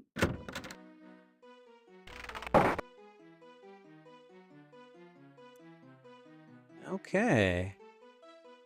Looks like I've got a room with a with a chest in it. The chest is empty. It's like been like that since Quest for Glory 2. All right. Let's go ahead. After some rest, you feel better. After some rest, you feel better. Can I do that again? After some rest, you feel better.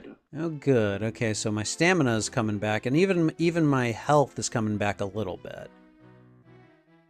After some rest, you feel better. All right, what time of day is it? Okay, it's like middle of the day, late in the day. Let's...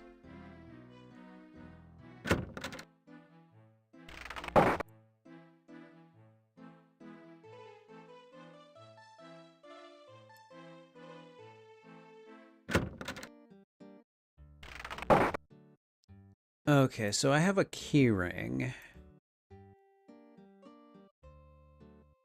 I have the door to Dr. Cranium's laboratory, the Adventurers Guild, and that is it. Okay, I should probably get a hotel key at some point, but I don't know if or when that's going to happen.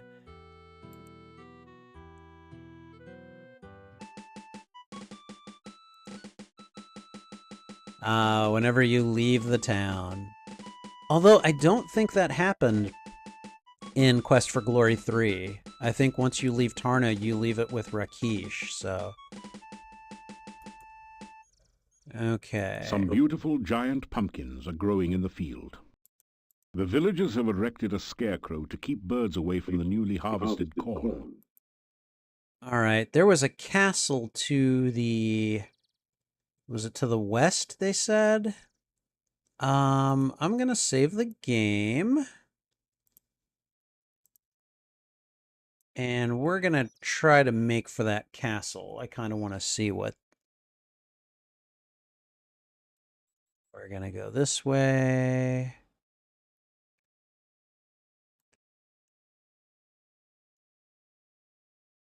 I'm just gonna be running everywhere I go. Oh, okay, I can't go any further east. North? I meant west. God, I don't know my east and A west. heavy gate blocks the way to the winding road. Far in the distance, you can see a majestic castle. Oh, this place looks scary. Welcome to Moldavia. It's nice to have some fresh blood around here. We so seldom see strangers. Okay, hi. I'm gonna look around. This heavy gate blocks access to the castle road. The gate makes you wait. Okay, the snakes on the gate look weird. This heavy gate. Okay. Two tall towers support the castle gate and block any other path to the road. The gatekeeper is a gaunt, tired-looking man with deep-set eyes that stare intelligently at you. Far in the distance, you can see a grim but majestic castle. A heavy gate blocks the... Nope. The road winds its way perilously across the treacherous gorge. A heavy gate... All right. Let's say hello. It is so difficult to get past the swamp which blocks the pass to and from the valley. We haven't had a stranger here since the rains created the swamp several years ago. Oh, well, hi, I got here. You've obviously done quite a lot for one person. It will be interesting to see what you do around here. Your name isn't Renfield, is it? I am Boris Stelvich. Boris. This is the castle of the Boyars, the title of the rulers of Moldavia. It once belonged to the Borgov family for generations, but the last Borgov has been dead for many, many years. Okay. Moldavia is the name of this valley and of the town. Even the inn is called the Hotel Moldavia. The name means Dark Valley. Okay. The heads of the Borgov family were the Boyars of Moldavia for ages. The last Borgov disappeared at the time of darkness. No one knows what became of him. Okay. It is bad luck to even speak of the time of darkness. Moldavia was a safe and lovely land before that time. Much has changed since then, and for the worse. Boyars are rather like barons of other lands. Oh, They okay. own the castle and protect everyone within their domain. Gotcha. Like the Baron of Spielberg. Got it. Got it. Okay. So, who's living in there? I'm not certain who all lives in the castle. I so seldom see anyone from there. So, what do you... There's the master, of course. Then there's the strange foreigner. There's also the master's daughter, I believe. And some rather strange gods. Beyond that, I really can't say. Huh. I haven't actually seen the daughter, but I know the master is quite proud of her. Who is the master? The master desires privacy, and I respect that wish. As I always say, the will of the master is the shall of the servant. I wrote that. Did you now? Okay. He is an unpleasant sort, with a short beard and moustache, and a funny hat. He is rude when giving orders, and he has the habit of staring at a person and licking his lips. Most unsavory. I have only caught glimpses of them occasionally, but I don't think they are quite human. No matter. If a man does a good job, then whether he is a man does not matter. Okay. Tell me about this gate here. This is the gate to Borgov Castle.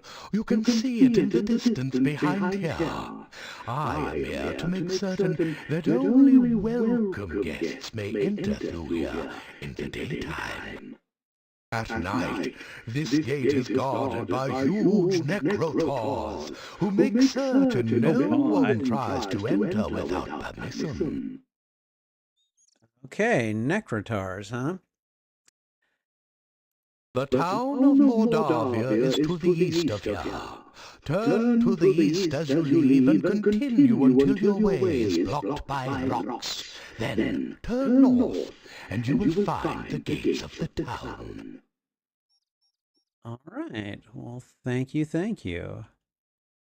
Gonna say goodbye now. Farewell, and may you find whatever you seek. I mean, he's polite. He's pleasant. He's a little creepy in terms of his manner, but, you know, I suppose we all have our little idiosyncrasies, so, Goodbye, young man. May the fireplace be warm and the drink cold at your journey's end. See? Love that sentiment. That's really poetic. Okay, I don't know what time it is, but we're going to try to get back to the town as quickly as possible, simply because I'm paranoid about being stuck outside of the town when the night begins to fall. And we're getting there. So let's...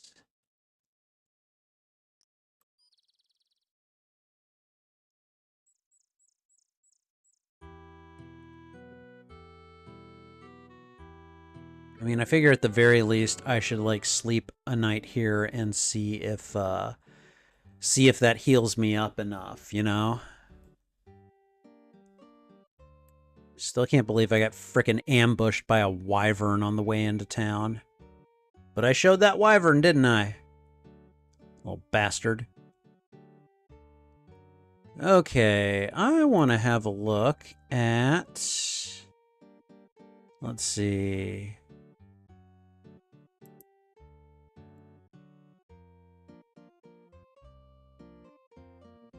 How can I see how much...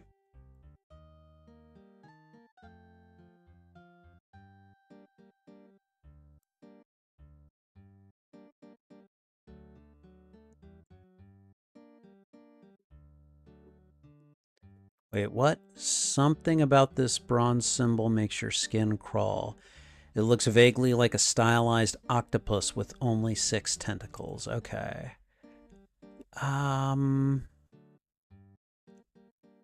The garlic was not helpful. I have my 1 dagger, and I have my good sword now. Let's go back into here real quick. Alright, can I use this today? I already used it once, but I didn't use it for very long. There we go. Wear myself down. Your legs are too stiff and sore to use this right now. That didn't do anything.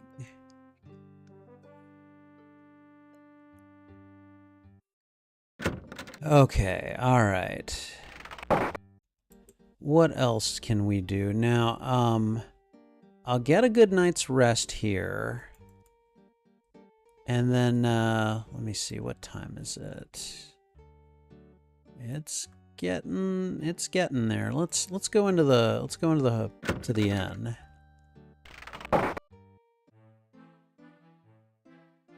And I think we're gonna try resting here. After some rest, you feel better. You don't have any rations.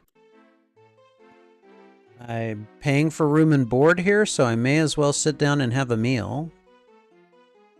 You get a fine meal of roast duckling a la garlic.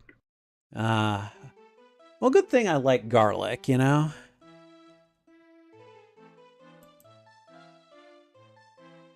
Okay. Now the table's helping to keep you off the floor as well. What? I didn't... whatever. Alright. You got anything new to say? No, he doesn't gossip. This inn used to do a steady... Okay, no. Alright. Okay, it's still light out.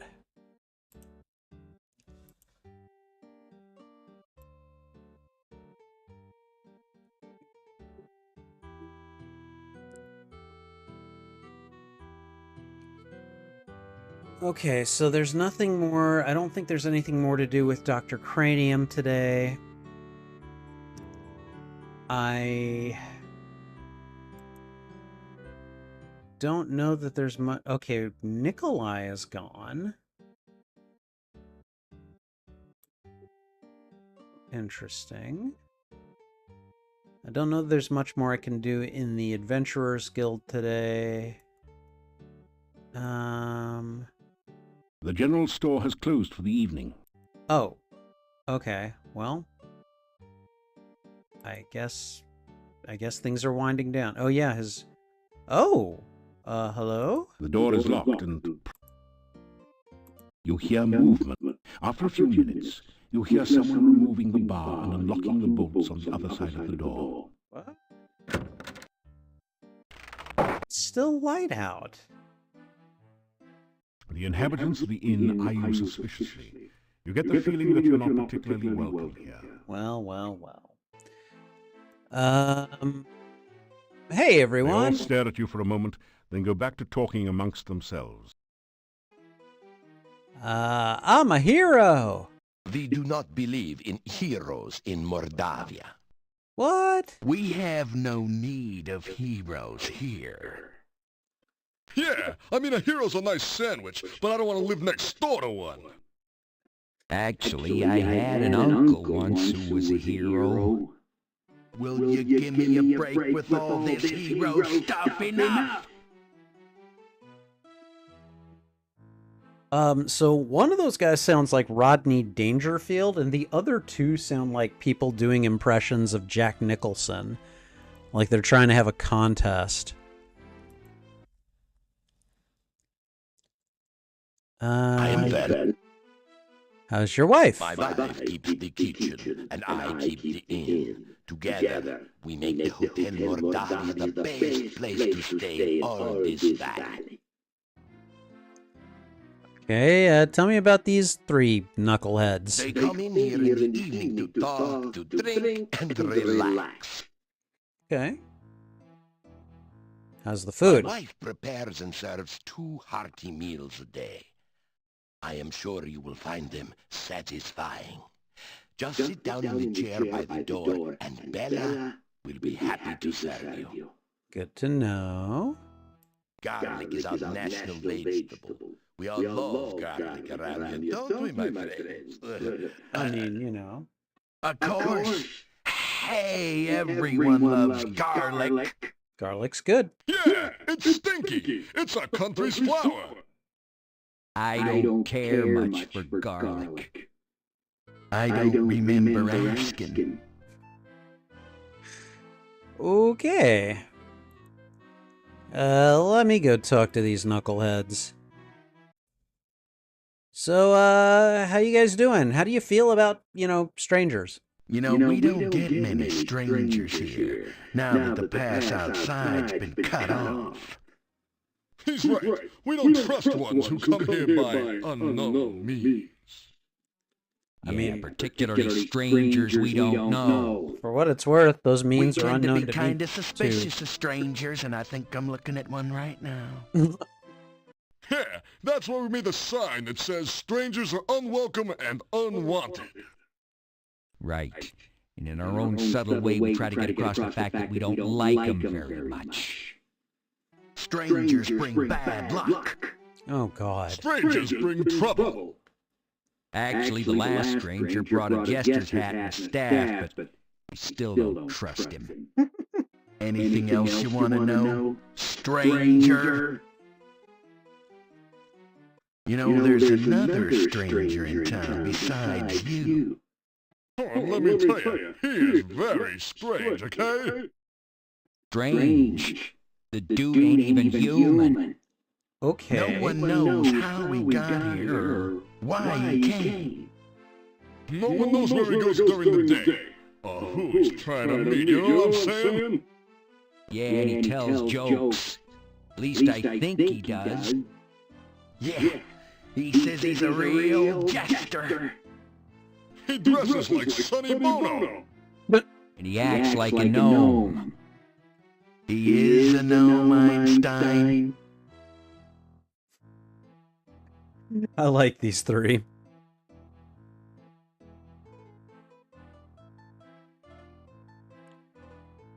The town of Mordavia is a very safe place to be, gotta tell you.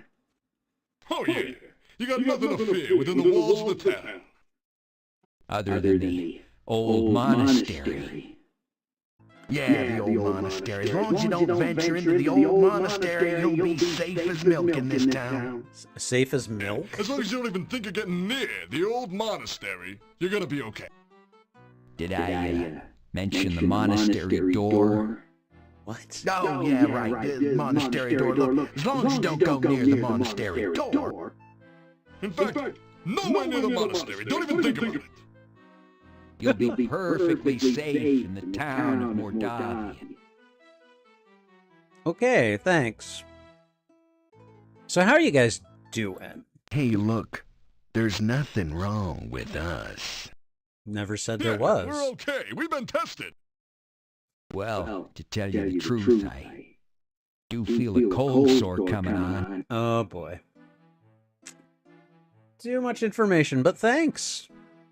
Tell me about nighttime here. Hey, Mordavia nights are dangerous. Oh, he's right, you know. Nobody goes out at night, except my girlfriend, but she's working. Her and a few ghosts, and revenants, a wraith, and vampire or two. Oh, really? Hold it, put it in part. There are no vampires in Mordavia. Vampires in Moldavia. Whoever heard of such nonsense?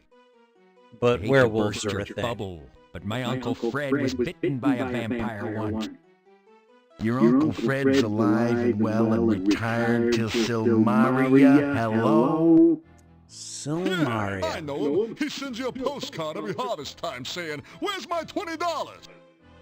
Well, he had a miraculous recovery. Did he now? Okay. Well, these guys are interesting. They nod at you in response. I mean, you know, I'm trying to communicate with them, right? So, what if I try to leave now? You've never seen so many locks and bars on a door. You can't find any way to open it. It is very dangerous in Mordavia at night. We always keep things locked up when it gets dark. I will let you out for now. If you wish to return later this evening, just knock on the door. If you do not make it back by the closing of the inn, may you rest in peace. Oh, God. Okay, thanks, I guess.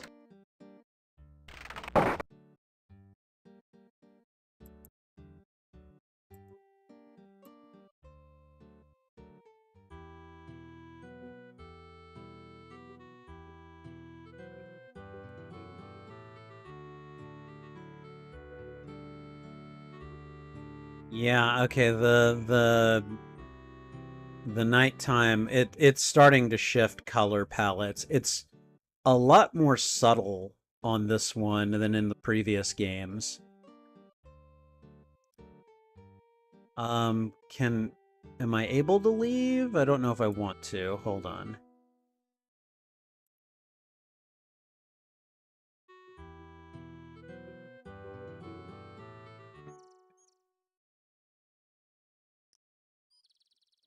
Okay.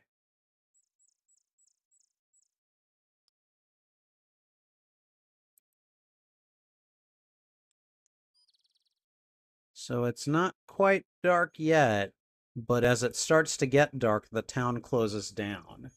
Okay, that's good to know.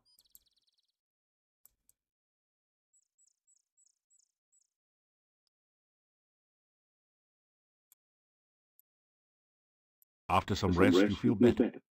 Oh, man. Okay, that nighttime palette is... Whoa.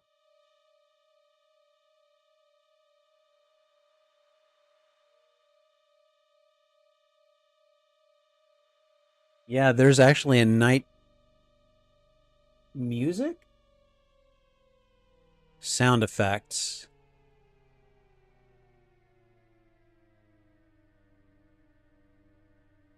I don't know if you can hear it. Here.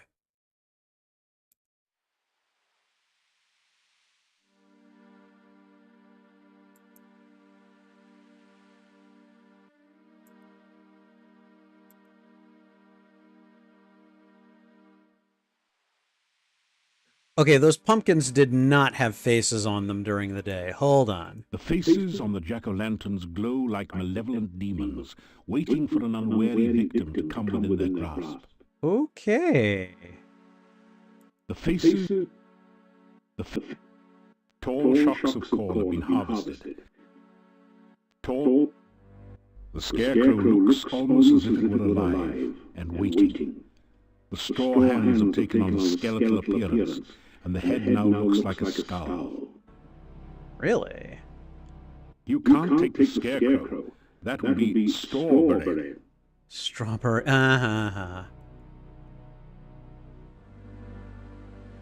Okay. Yeah, we've definitely got like a grim little melody playing. Oh, God. See, this game is an entire mood, and honestly, I think that's what makes it as good as it is. I can't open You the can't gate. open the gate. I can't You force attempt it. to force the gate open. Yeah. You're getting some good practice in climbing. You'll need to keep practicing before you'll be able to make it over this wall. It was built to keep monsters out of the town. But I've got a rope and grapnel, right? You're getting some good practice in climbing. Okay, I guess we're gonna try to stat up my climbing skill.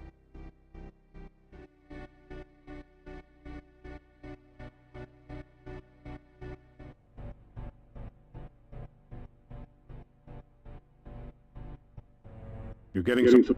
You're getting.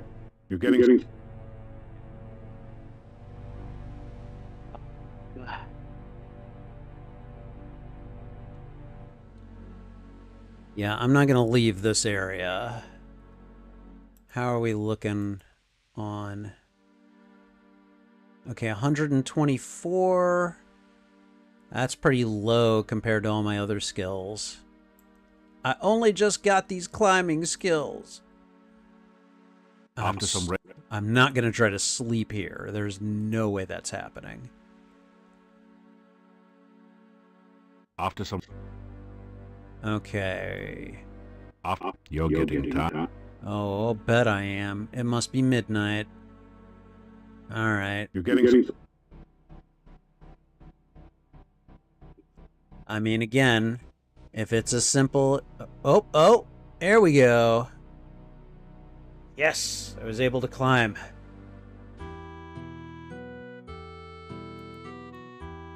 And now it's probably too late for me to get back into the hotel, too.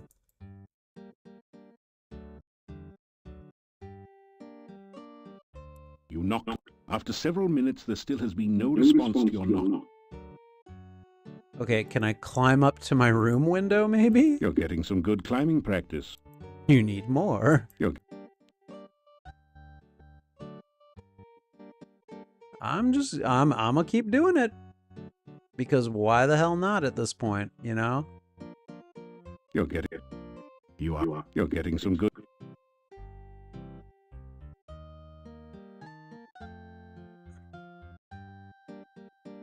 After some.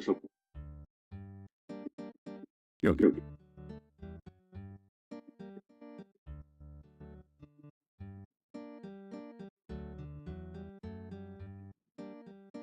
After some rest. You're good. Okay. You're good. You are so. You're getting some good climb. What does my climbing stat look like now? Okay, 162. Definitely could stand to be better, but you know, we're on our way. Let's go ahead and After some. What time is it? It is there's not going to be much time for me to sleep, I'm guessing. You're getting.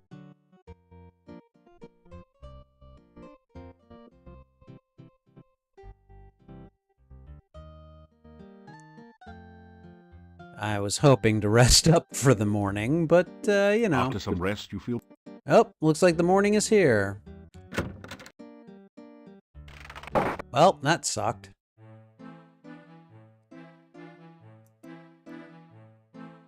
Ah, Yes, I'm back. this is new. Okay, he's got nothing new. He's got nothing new to say. Alright, you know what? Here. I'm at least gonna have breakfast.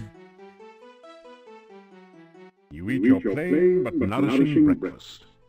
It has more than a bit of garlic added for spice. Nice. Nice. Spice.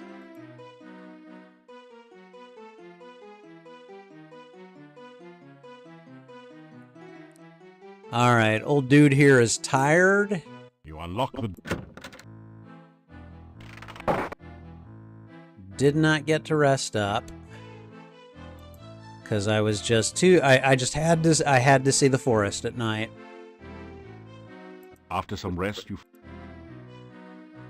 Here's what we're gonna do. We're gonna rest up until I've got all my stamina back.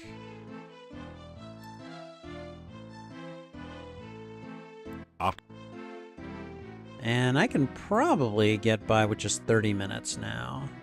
After some... Okay. Unfortunately... Dude. After some... There we go. Okay. I guess we can start exploring the town again.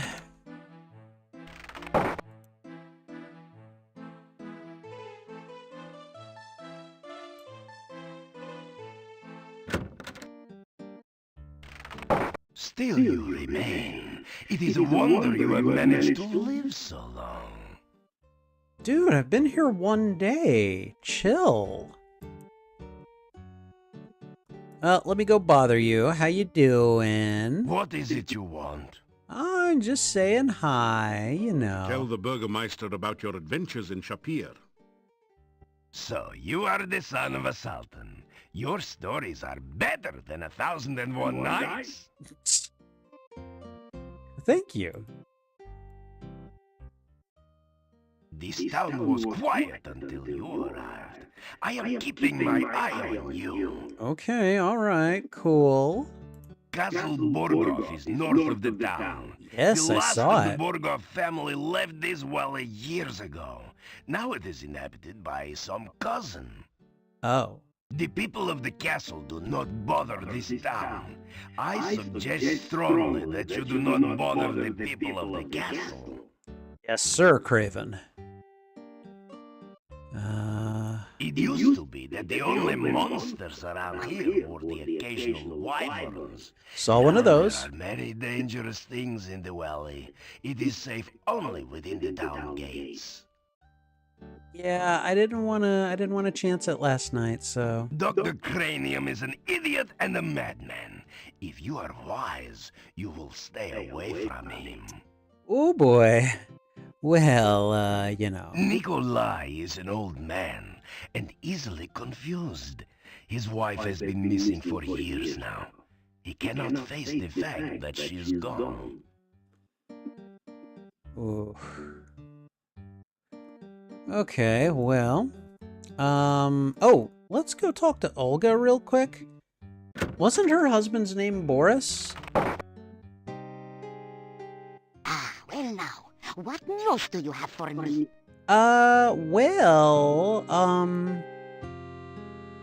Let's see. Tell Olga about what you've been doing in Moldavia.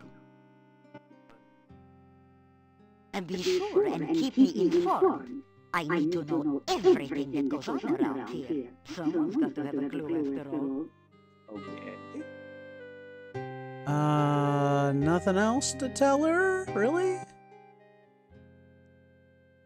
Yeah, my sad departed husband. His name was Boris. Gone 3 years now. He was such a good man.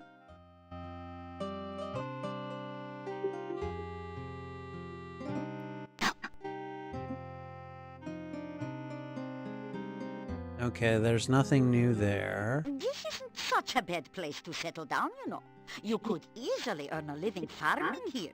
That certainly has more job security than adventuring after all. I mean, yeah, but, you know, it's kind of not my thing. Yeah, okay, yeah, tell her about the gatekeeper. You tell Olga that the gatekeeper's name is Boris Stovich, and ask if they're related. Okay. Aha! So that's where the so-and-so went. Huh? Tell him he's a rotten no-goodnik. Did he just, like, abandon her? Okay. You take care. Don't want to see your funeral. You hate that walk to the cemetery. Okay, thanks. As my lost husband used to say, may all your travels lead somewhere. Okay, well, I guess I'm gonna play, messenger between these two. I don't know if that's like an actual quest, but, I'm a little too interested now to know why he let his wife think he was dead.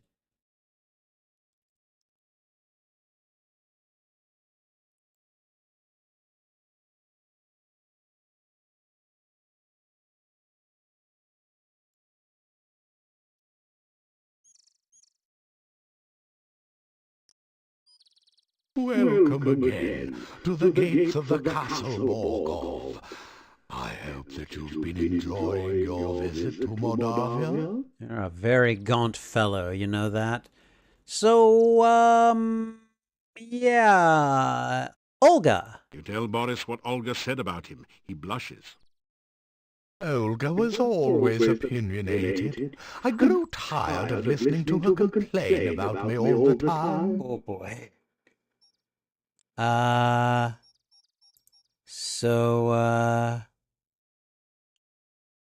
wife has been gone for many years now. Wow, the things they say to themselves. I am very sorry, but I can only open this gate by the command of the master. Okay, do you know, oh, wait, who's your master? The master seldom leaves the castle and has few guests.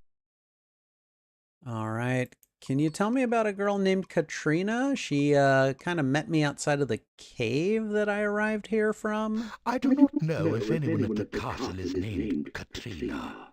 My house is just inside the gates, and I seldom see anyone from the castle. Since the last boyar passed away many years ago, the castle has been uninhabited until recently. Now it is owned by the master, who is also my employer. It is not a bad job. I am paid well and on time. Okay, well, I'm Good gonna... luck, and may your feet move faster than the thing that chases you. Nice. All right. Yeah, I'm playing messenger between these two. I'm gonna tell Olga what, oh God, Boris said about her, and yeah, we're gonna see how this plays out.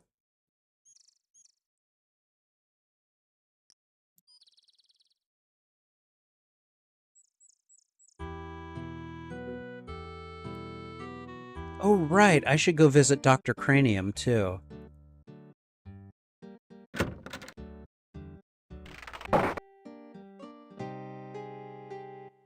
Well now, what news do you have for me? Oh, sweetheart. Okay. You tell Olga that Boris says she complains about him all the time. Well, if he'd ever been here to get his work done instead of spending all his time carousing at the inn, I wouldn't have had to complain, and you can tell him I said so, huh? Oh, God. Okay, alright. You take care. Alright, let's go to Dr. Good Cranium's. night, and don't let the bedbugs bite, as my husband used to say.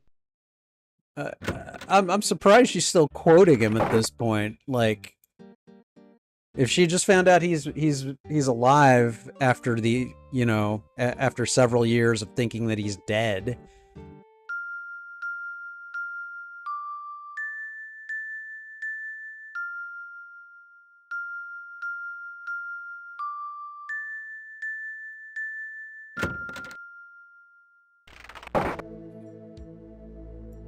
All right, Dr. Cranium. Good, I don't have to do another puzzle again. Ah, you're just in time to witness a magnificent scientific experiment. I have managed to harness the very primal force of lightning at my beck and call. Now I shall use it to create life itself. Okay. Watch this. I don't think that's what you were looking for. That was not quite the experimental result I expected. But never mind that. It is merely a momentary setback in the annals of science. I shall readjust the magnetic electrical stimulation system and try again another day. Okay, well, hi. Say hello to the scientist. It is good to see you again. I trust the Antwerps gave you no trouble? Nope, not today. You start to tell Dr. Cranium about yourself and your adventures, but he quickly interrupts. But there is nothing so adventurous as pursuing a career in science. Did you know, for instance, that simple scientific principles can be applied to the creation of potions for healing and curing poison? Okay, You tell Dr. Cranium about your first adventures in the Spielberg Valley. He seems vaguely interested in your tales of the Baron and his children, but his eyes positively light up when you mention the Antwerp. Ah, so you are the Spielberg hero. Yes, I've been yes, there I on am. an Antwerp gathering expedition a few months ago. The people there are still talking about your adventures. Oh, cool. You continue by telling Dr. Cranium of your encounters with the eccentric wizard Erasmus, the deadly kobold magic user, and the ogress Baba Yaga. Uh-huh. Turned her into a frog? Oh, such poppycock. There is a perfectly straightforward scientific explanation for all of those events. There is no such thing as magic. Okay.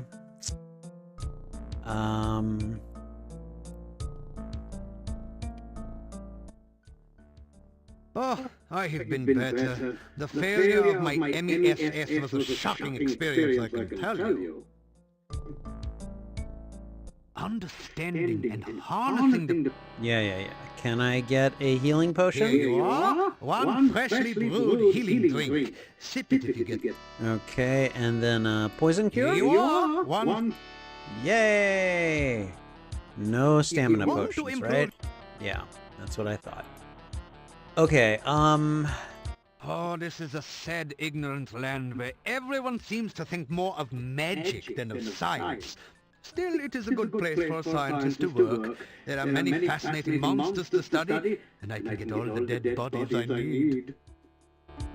okay, I guess. Antwerps are a truly fascinating species. They reproduce by splitting into a number of tiny Antwerps, each with their own genetic code. They cannot split voluntarily, however. They only reproduce when cut or stabbed. My test Antwerps came from Spielberg Valley, where there was an Antwerp population explosion last spring. I did that. I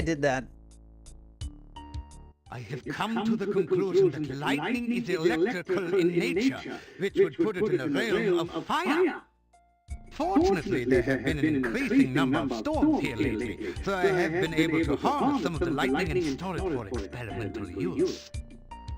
Okay, that's cool. I am convinced that the primal force of life is electrical in nature. Of course, it must also involve water for life, and pizza, without which life would be boring. Of course.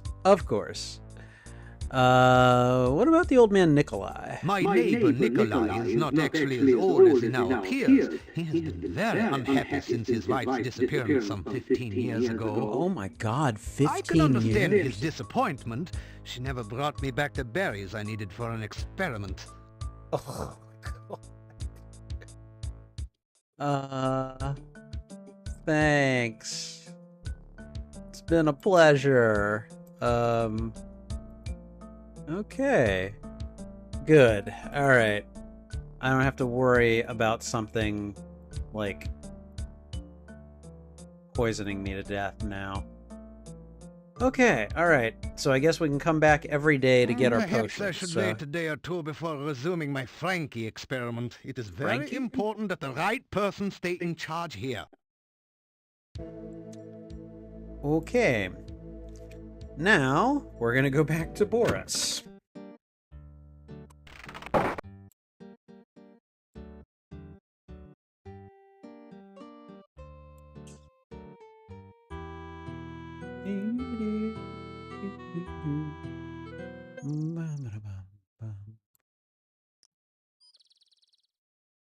All right, Boris. Your wife has got some things to say about you. Boris and Olga. I'm just trying to think if they're like based on a an actual couple or something, but I don't know. When the days are short and the nights grow long, a friendly face is a welcome sign. Again, very poetic. I like it. me say hello. I am happy to know you're finding your way in Mordavia. I'm sure you'll find this a most exciting place to visit. Oh, it definitely has its moments. You have been very lucky so far in Mordavia. May you never meet something you cannot handle. Okay. Tell him that Olga thinks he was too lazy. Lazy? What was there to do in a shop with no customers? Once the swamp cut off trade here, we had nothing to sell. I had nothing to do there, so just because I would sit at the inn and talk with the other men, she thought I was lazy. All she ever did was sit around and give me orders when I was in the shop. What was the point of dusting if no one came in the shop to notice the dust? Okay, all right. Back May to the your wife. journey take you where you wish to go. I mean, I like him. He's creepy, but I like him. I don't think he even means to be creepy. It's just he's in a bucolic town, and I don't know, just yeah, I don't know. Okay. Oh, Olga, I have tea for you. Pretty. All right.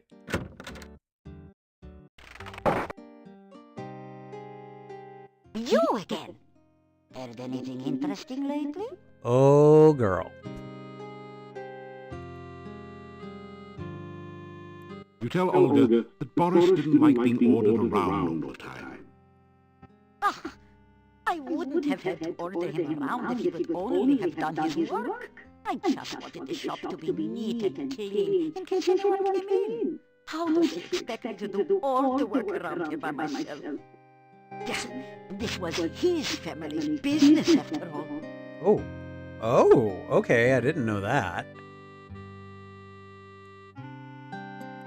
All right, well, I'll go tell him that. As my husband used to say, come back again, sunshine or rain. Okay. I'm gonna go and just drop by and see Igor real quick. Hey, Igor, how you doing? The headstone cut. Okay, I see he's about as charming as ever.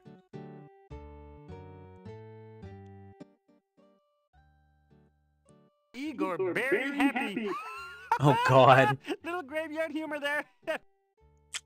Very nice. Oh, Igor not hear rumors. Igor not know Olga's husband run off years back. Nobody tell rumors to Igor. Yeah, I kind of found that out by myself, but thanks. Guild there. Burgomeister got key. Cemetery east of town. Major tourist attraction. Oh, bad place. Okay, all right. Okay, but he's there and he's doing his job. All right, I get it. Okay, oh, Boris.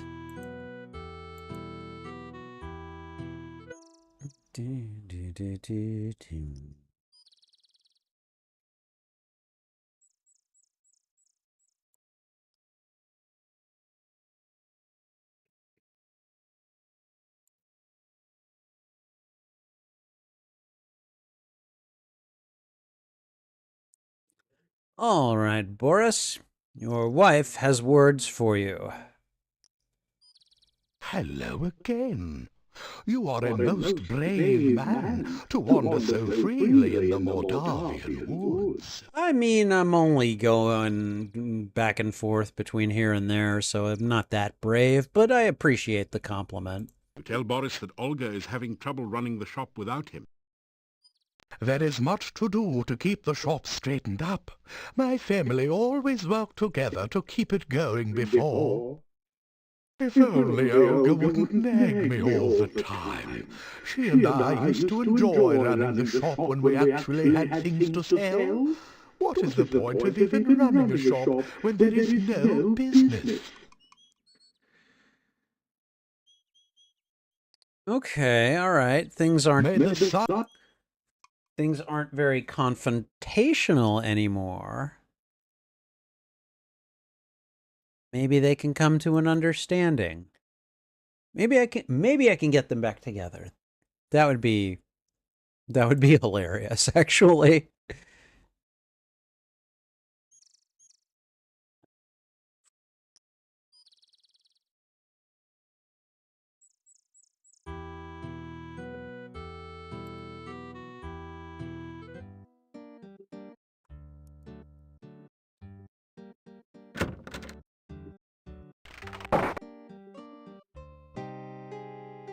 Hello? Do you have any news? Oh, yes. I have a word from your husband. Tell Olga that Boris doesn't see any reason to keep the shop open when there's nothing left to sell. No business. You just told that man about my avocado and garlic sandwiches. People come in and buy them all the time. So she's always making sandwiches. All right, I'll go tell him about the sandwiches then. Good night, and don't let the bedbugs bite, as my husband used to say. Yes, I know.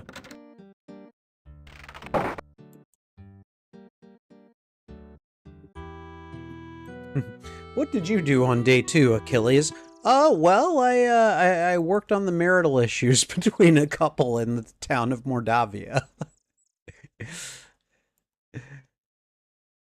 Because let me tell you something. Not all heroes wear capes.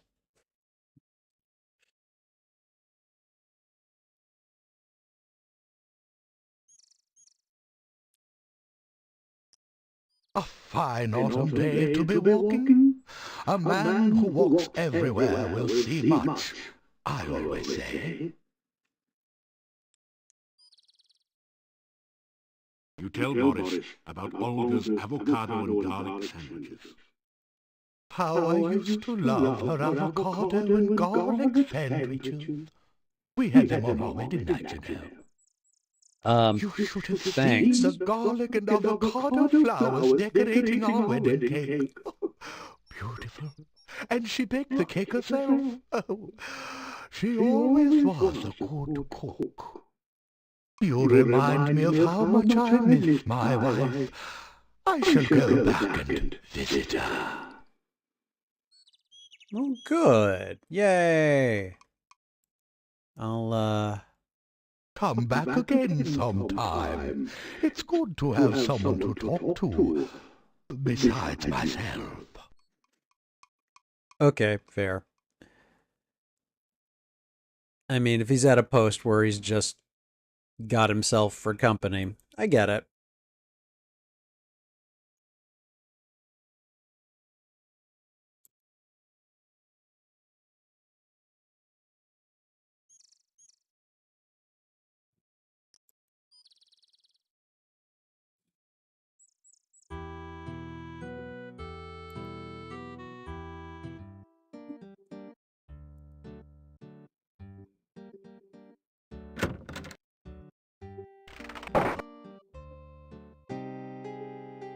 Hello?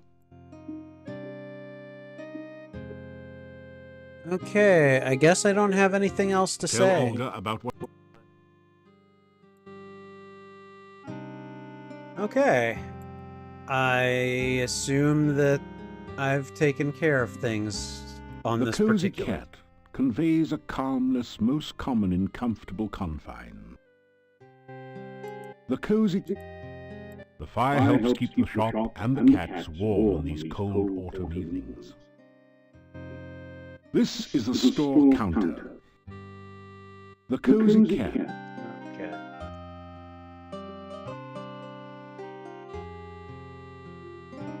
How much money have I got on me? Okay. I'm gonna buy myself some rations then.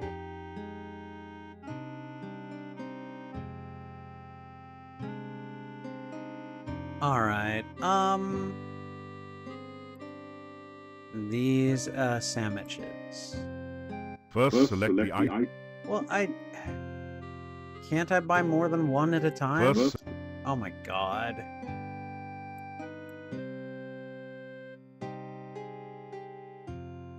There we go. I got a bunch of them now.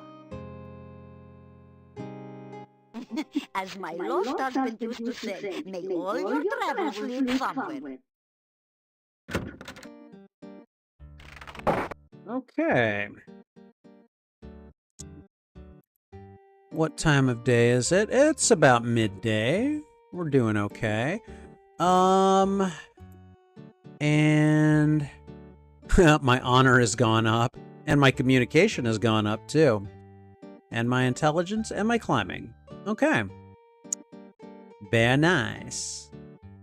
Let's, I'm a fighter. I must work out every day.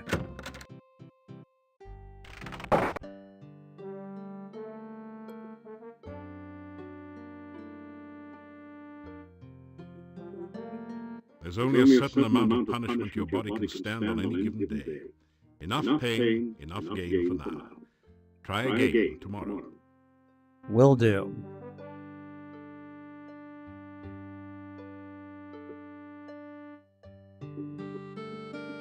A large ring is securely attached to the ceiling.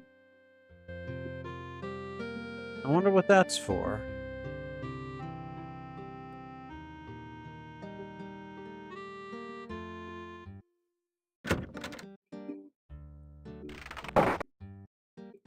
Okay, so if there's nothing more to do between Boris and Olga, and I've seen the,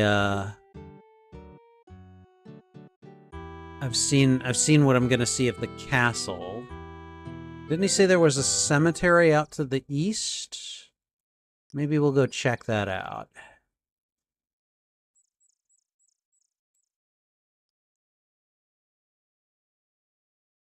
Okay, I guess I've got to go south and then go east, right? You are in the forest just south of the road to the town. A tinkling brook winds. Okay, nothing terribly exciting. Let's go this way. Can I go up? No. All right, let's go this way.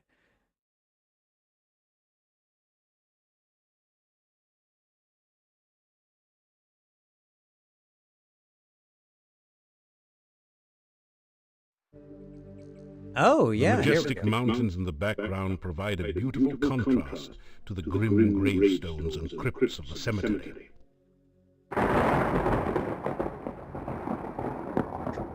And of course, we get a lightning strike. That's funny. You don't notice anything. You don't notice.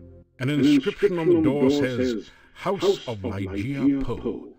May she rest forever. Isn't Ligeia the name of a poem by Edgar Allan Poe? Here lies Janos, faithful forever to his lost true love, laid beside her empty grave. Her empty grave?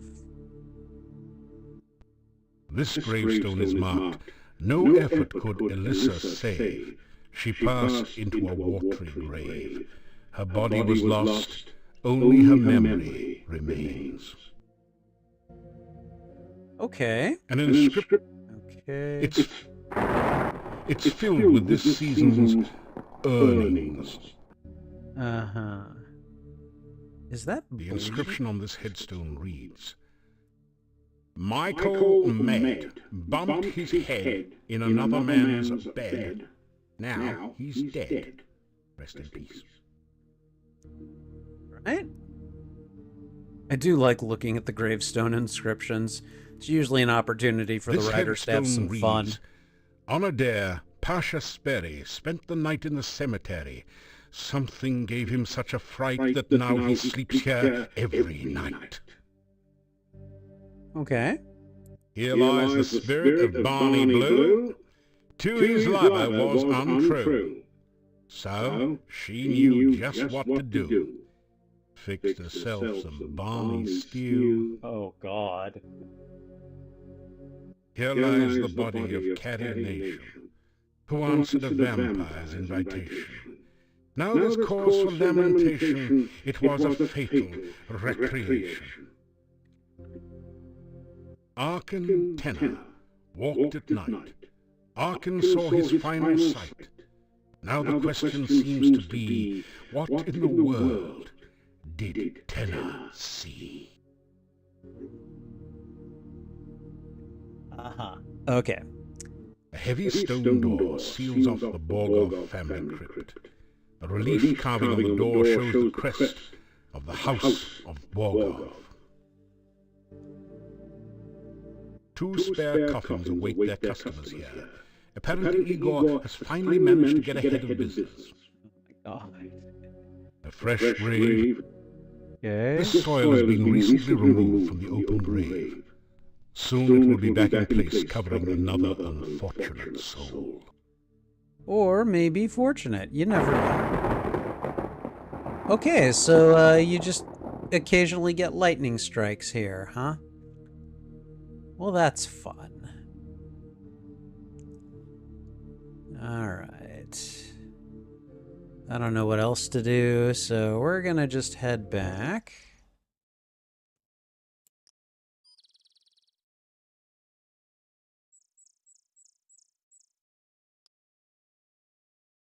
What? Now that is interesting. Alright, well, let's see if we can just...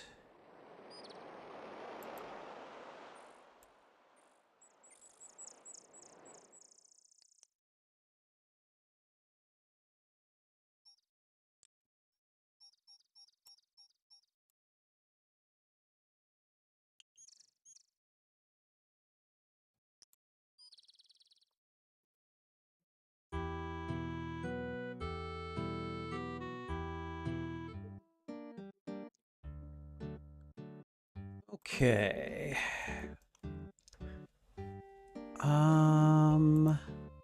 Let's have a look. Strength and vitality. Oh, from my workout. Okay. Not much opportunity to do much else at this point.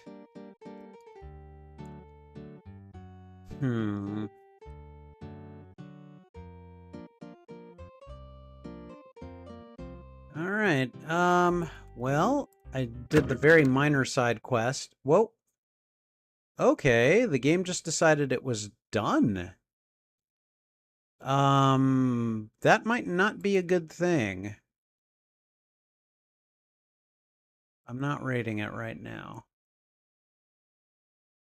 That might not be a good thing because I don't remember when the last time I saved was. Sometimes these things just happen.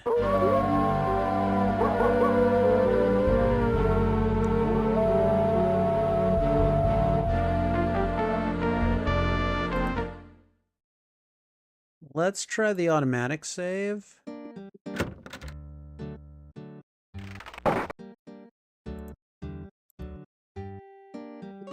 Okay, I think we just need to go to the graveyard.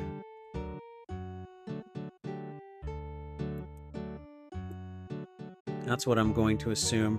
I mean, the only other thing we've really done is,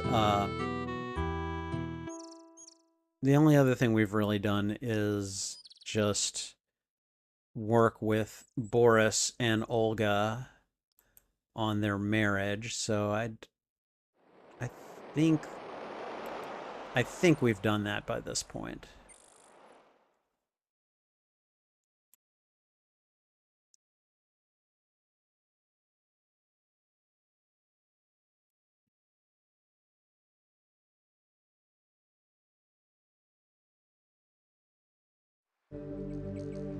The majestic mountain. Actually, I suppose one thing I could do. Okay, yeah, I've got 2. Okay. So the jokes on those were funny. Can we... Oh! Great Scott, that rotten corpse sure gave you a fright. Fortunately, it was just a dead body, not some sort of horrible undead creature. But those only come out at night. So if I open this at night, will I get attacked?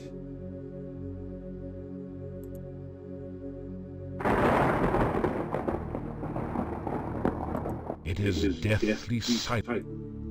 Okay. The door is securely locked.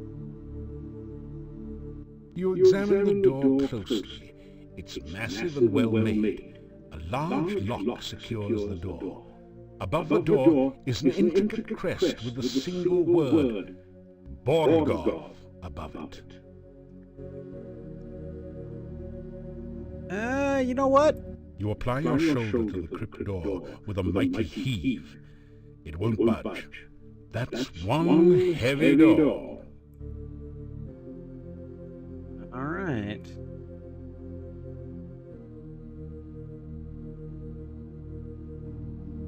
We're going to go ahead and save. And let's just see what happens when I try to go back to town this time.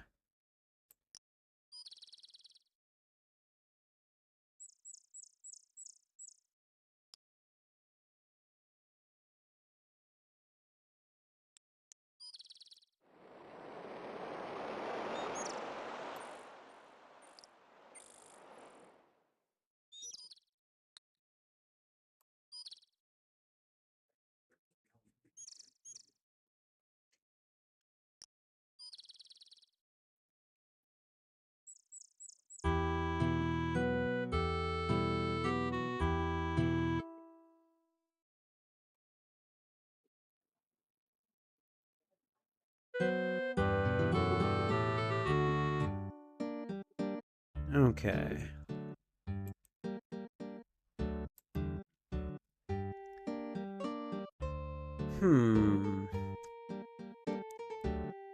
Let's think.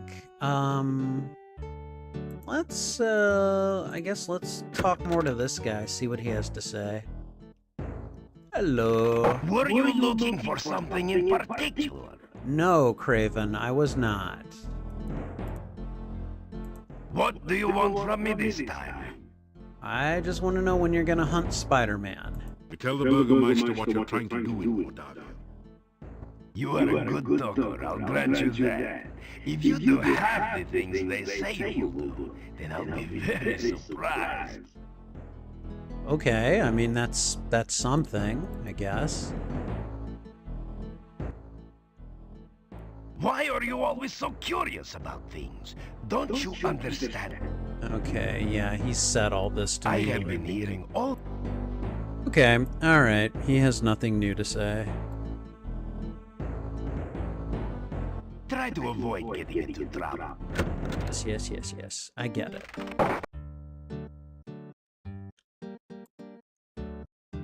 After some rest, We're just gonna rest up, get some of my stamina After some back. rest.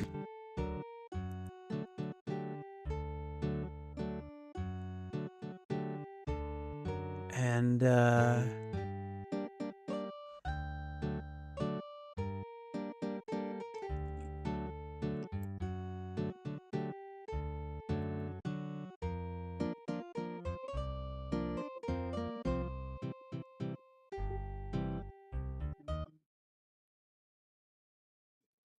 oh, it auto-saved?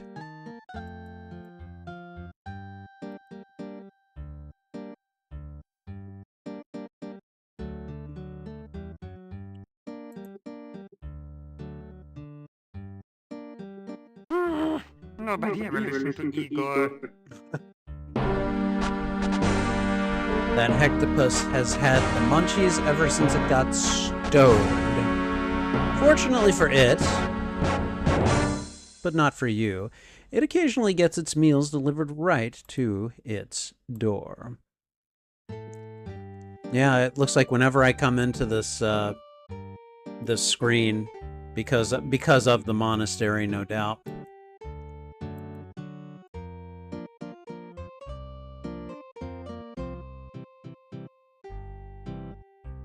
All right, well,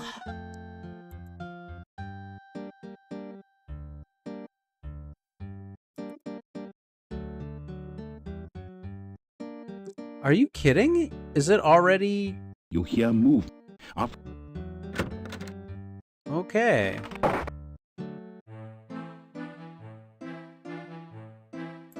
May as well have my dinner then. You get a fine meal of roast duckling a la garlic. Sounds tasty. They all turn to stare at you.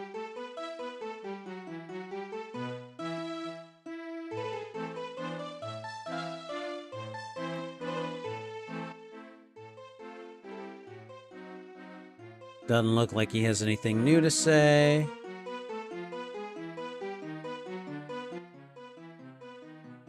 Oh, they have new things to say.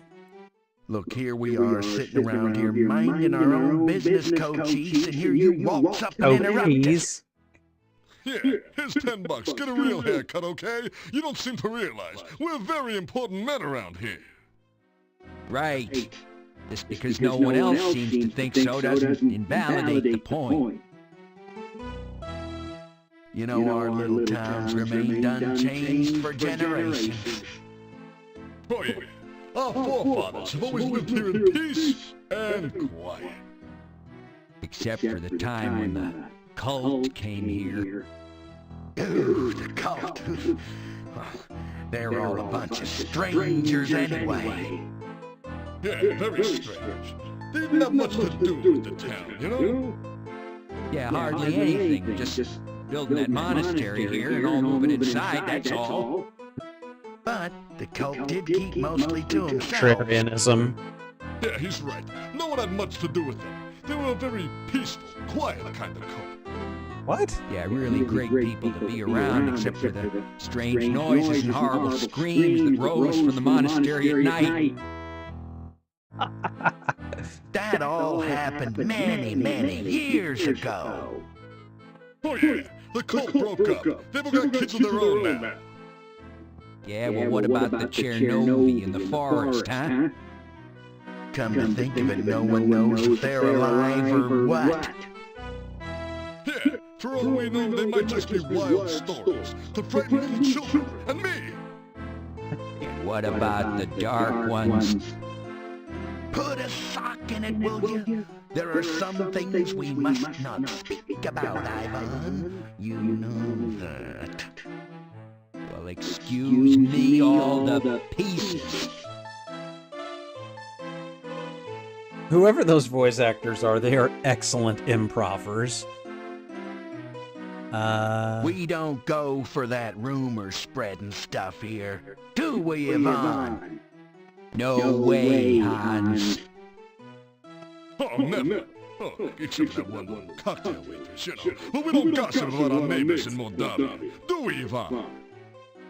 Well, no, but you did used to tell everyone about the time Olga caught Boris drinking with us when he was supposed to be minding the store. Hey, that wasn't gossip, it was just a semi-funny story. A semi-funny story. And Franz, what about the story you tell about the time you saw Yuri and Bella in the garden one night? What was that? Hey, Yuri, you're okay, all right? So you see, we do not spread rumors here. Okay. Pardon me while I wax eloquent, but once, many years ago, huge herds of fragrant elephants roamed freely in this particular valley. Elephants? Oh, yeah. Really? In the good old days, peanut farming would have made you a billionaire. Once, long ago, I had a successful career, and I was also an elephant herder. You kidding? Everyone used to have a pet elephant. Oh yeah, I remember mine. I married her. Yeah, she was great for vacuuming up peanuts from your rugs. Not only that, but elephants are very clean and modest as well. They always went bathing with their trunks, don't you know? Yeah, nice thing about elephants. Very easy to housebreak, you know? They hardly ever made mistakes. Unless they got excited, okay? Unfortunately, elephants get excited easily. houses got broken that way. This really brings back sad memories. Please, let's talk about something uplifting like last year's famine. God. Okay, well, you guys are an interesting bunch.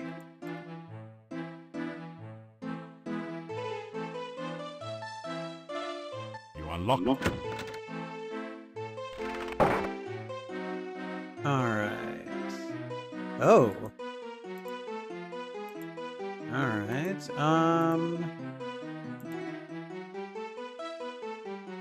After some... there we go. Now, is it night out yet? It is not quite night out. Okay, I'm not going to be dumb enough to leave the town this time.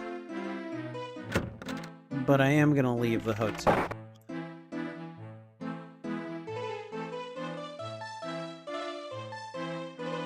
You never see...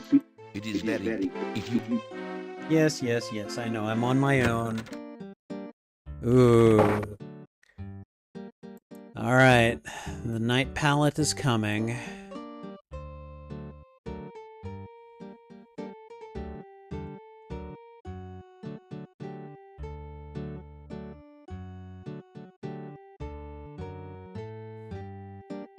I just really like watching the colors change as it goes from day to night.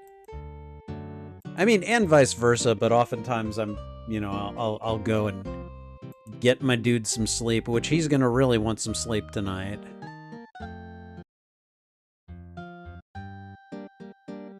Okay, so Igor is not here to freak out.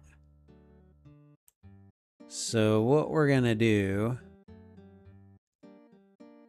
I want to have a look at this place. You push the Dark One sign into the indentation on the door. It fits perfectly.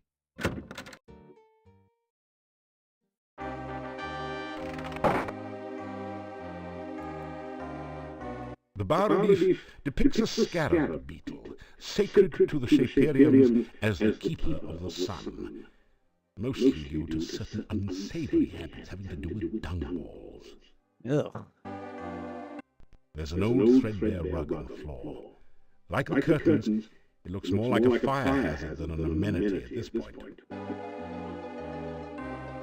This is a fairly attractive, in a Baroque way, display cabinet with a glass door.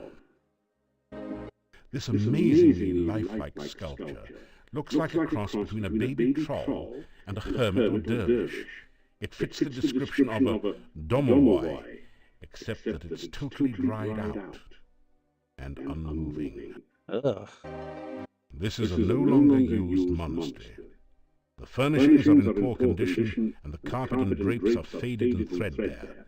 The symbols of the Dark One make this an uncomfortable place to be.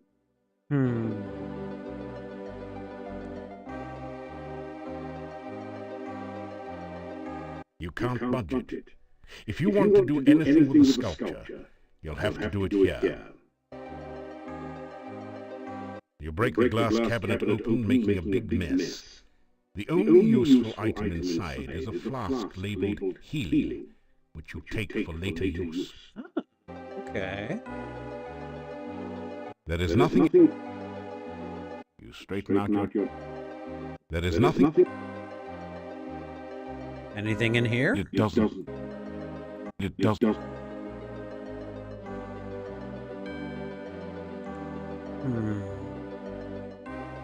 It's a six-tentacled, octopus-like creature. I guess you'd call it a hexapod. Unless you like cats, then you might call it a hexapus.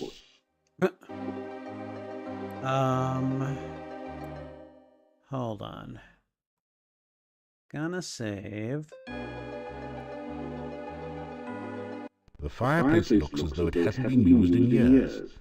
There are no logs on the log holders, nor is there any sign of ashes or other debris. This is an antique brass log holder. There doesn't seem to be anything special about this one. There are some small scratches on the stone underneath this brass log holder.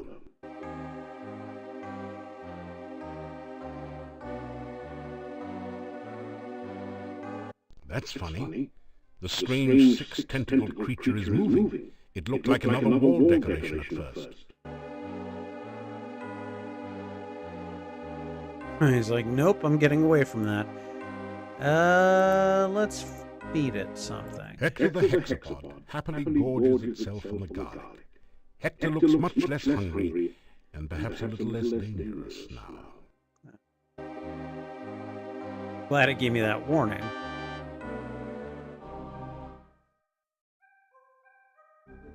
Oh boy. There is a cold feeling down here that chills your bones and sets the hairs on the nape of your neck on end. There is a musty odor of mold and mildew mingling with the sickeningly sweet smell of decaying flesh. Welcome to your nightmare. Uh-huh. The walls of this creepy place glisten with liquid, as if they were oozing with the blood of ancient sacrifices. It's cold down here, as if all your body warmth was being leached away from you. Okay, well, The roll-top desk is spotted with dark and ominous stains.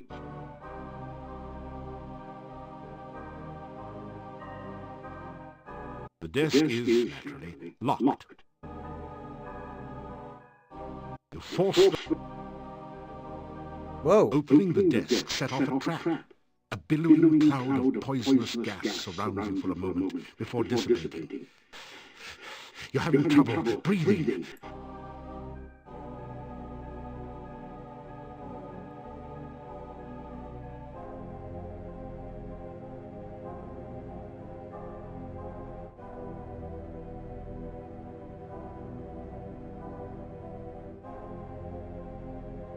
The only effect is a tingling sensation. But if Dr. Cranium is to be trusted, you should now be safe from poison. For a while. You rifle through the Mad Monk's desk and find the diary of Amontillado. Boy, was this guy wacko. Wow. Reading this makes your head hurt. However, it does give you some information about the Dark One rituals.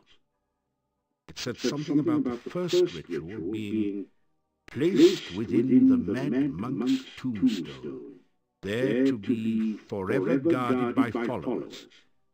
The second ritual should be placed in the Stone of Squids, and revealed only by the light of a dead child's soul. Oh my god. The next ritual should be placed in the hollow of the hangman's tree, and guarded by the spirit of the dead which remains there. The blood ritual shall be concealed magically within the monastery, and only he who willingly seeks dark visions shall find it. The mouth ritual shall be placed in the great arch itself, under the Dark One's sign. And the heart ritual shall be given to someone named Gregor, for safekeeping.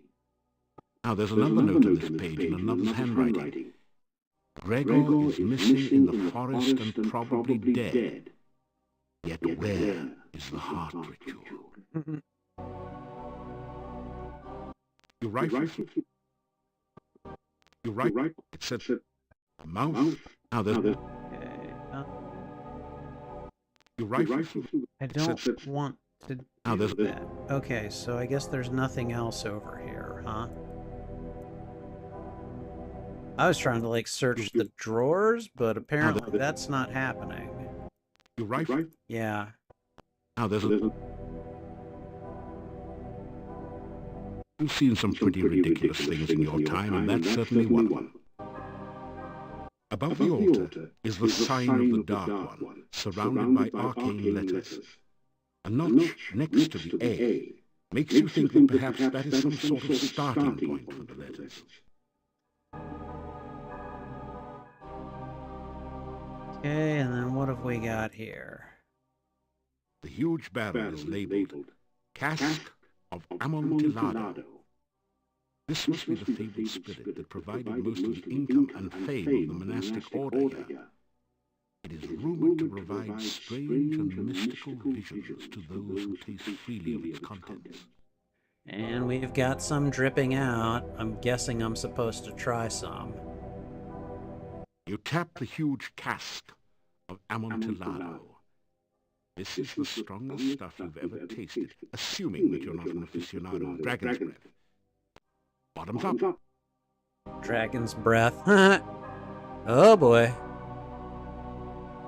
Did I just kill myself?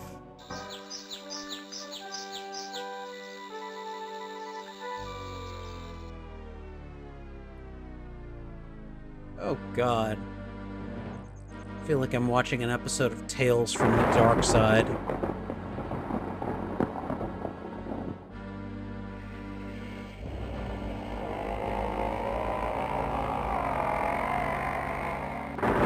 Boy. So, Cthulhu's on his way, huh? Man, have you got a headache? Fortunately, the Dark One rising seems to have been just a vision, not the reality. Yet. A scroll has formed from the cask's wine droplets. You pick up the rolled paper on the floor. It has the symbol of a drop of blood at the top and the inscription, Ritual of Blood. You can't read any of the other writing on it. Okay. This place is all kinds of crazy. There is a huge book on the altar. The binding looks like stretched human skin, with letters and markings written in dried blood. The letters spell out Necrophilicon. What could that mean? Oh boy. Oh, that's it. Something like the Silmarillion for Of the Love of Death. There's something very, very wrong and dangerous about this book. Okay, we're gonna go ahead and do another save.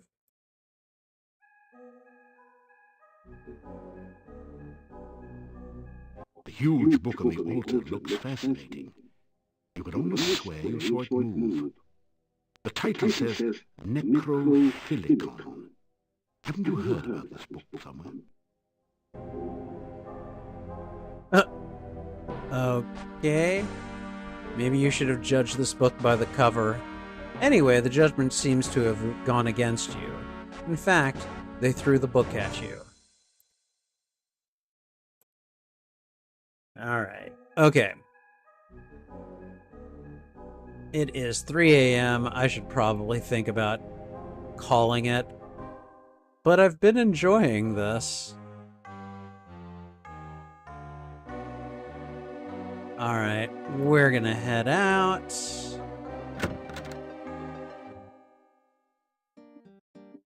You retrieve the Dark One sign from the monastery door, then quickly step away before the Hectopus can react. Okay.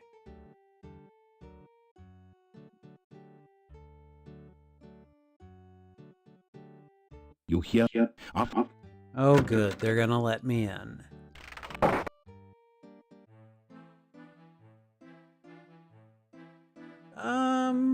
Isn't that supposed to be the jester's room at the very end of the hall? Let's see if we can go say hi to him. There is no response. Whoever or whatever is renting this room must not be there right now. Okay. The room is... You unlock...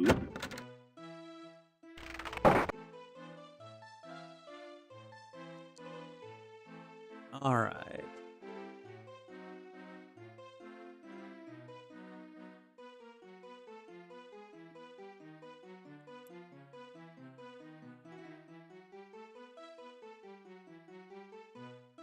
Alright, my dude is taking an early sleep tonight because he didn't sleep at all last night. You awaken as the sun begins to rise. Okay.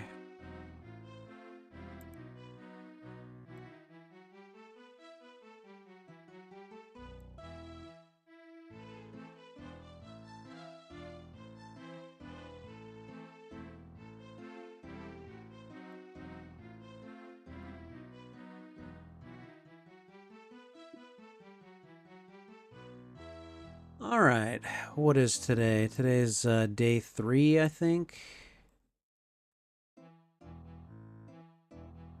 Yeah.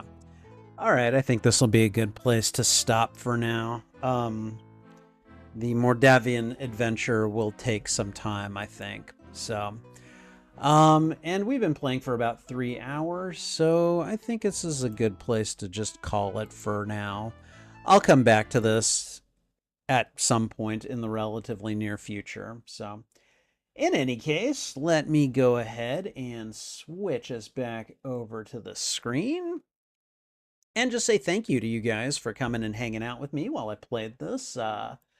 It looks like, wow, looks like we had quite a bit of watch time on this stream. So thank you guys, much appreciated.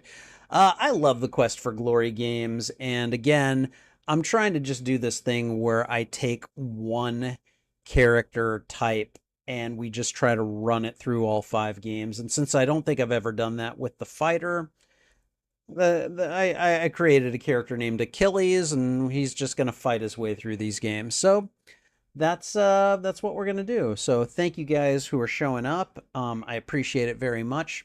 If you enjoyed this, please go ahead and thwip the like button. It really helps me out and tells the YouTube algorithm that, hey, Spidey Librarian, when he streams the Quest for Glory games, people like to tune in. So, but in the meantime, I think I'm going to head off because I'm getting tired, and I'm sure you guys are as well. So thanks again to everyone who hung out with me tonight. I appreciate it very much.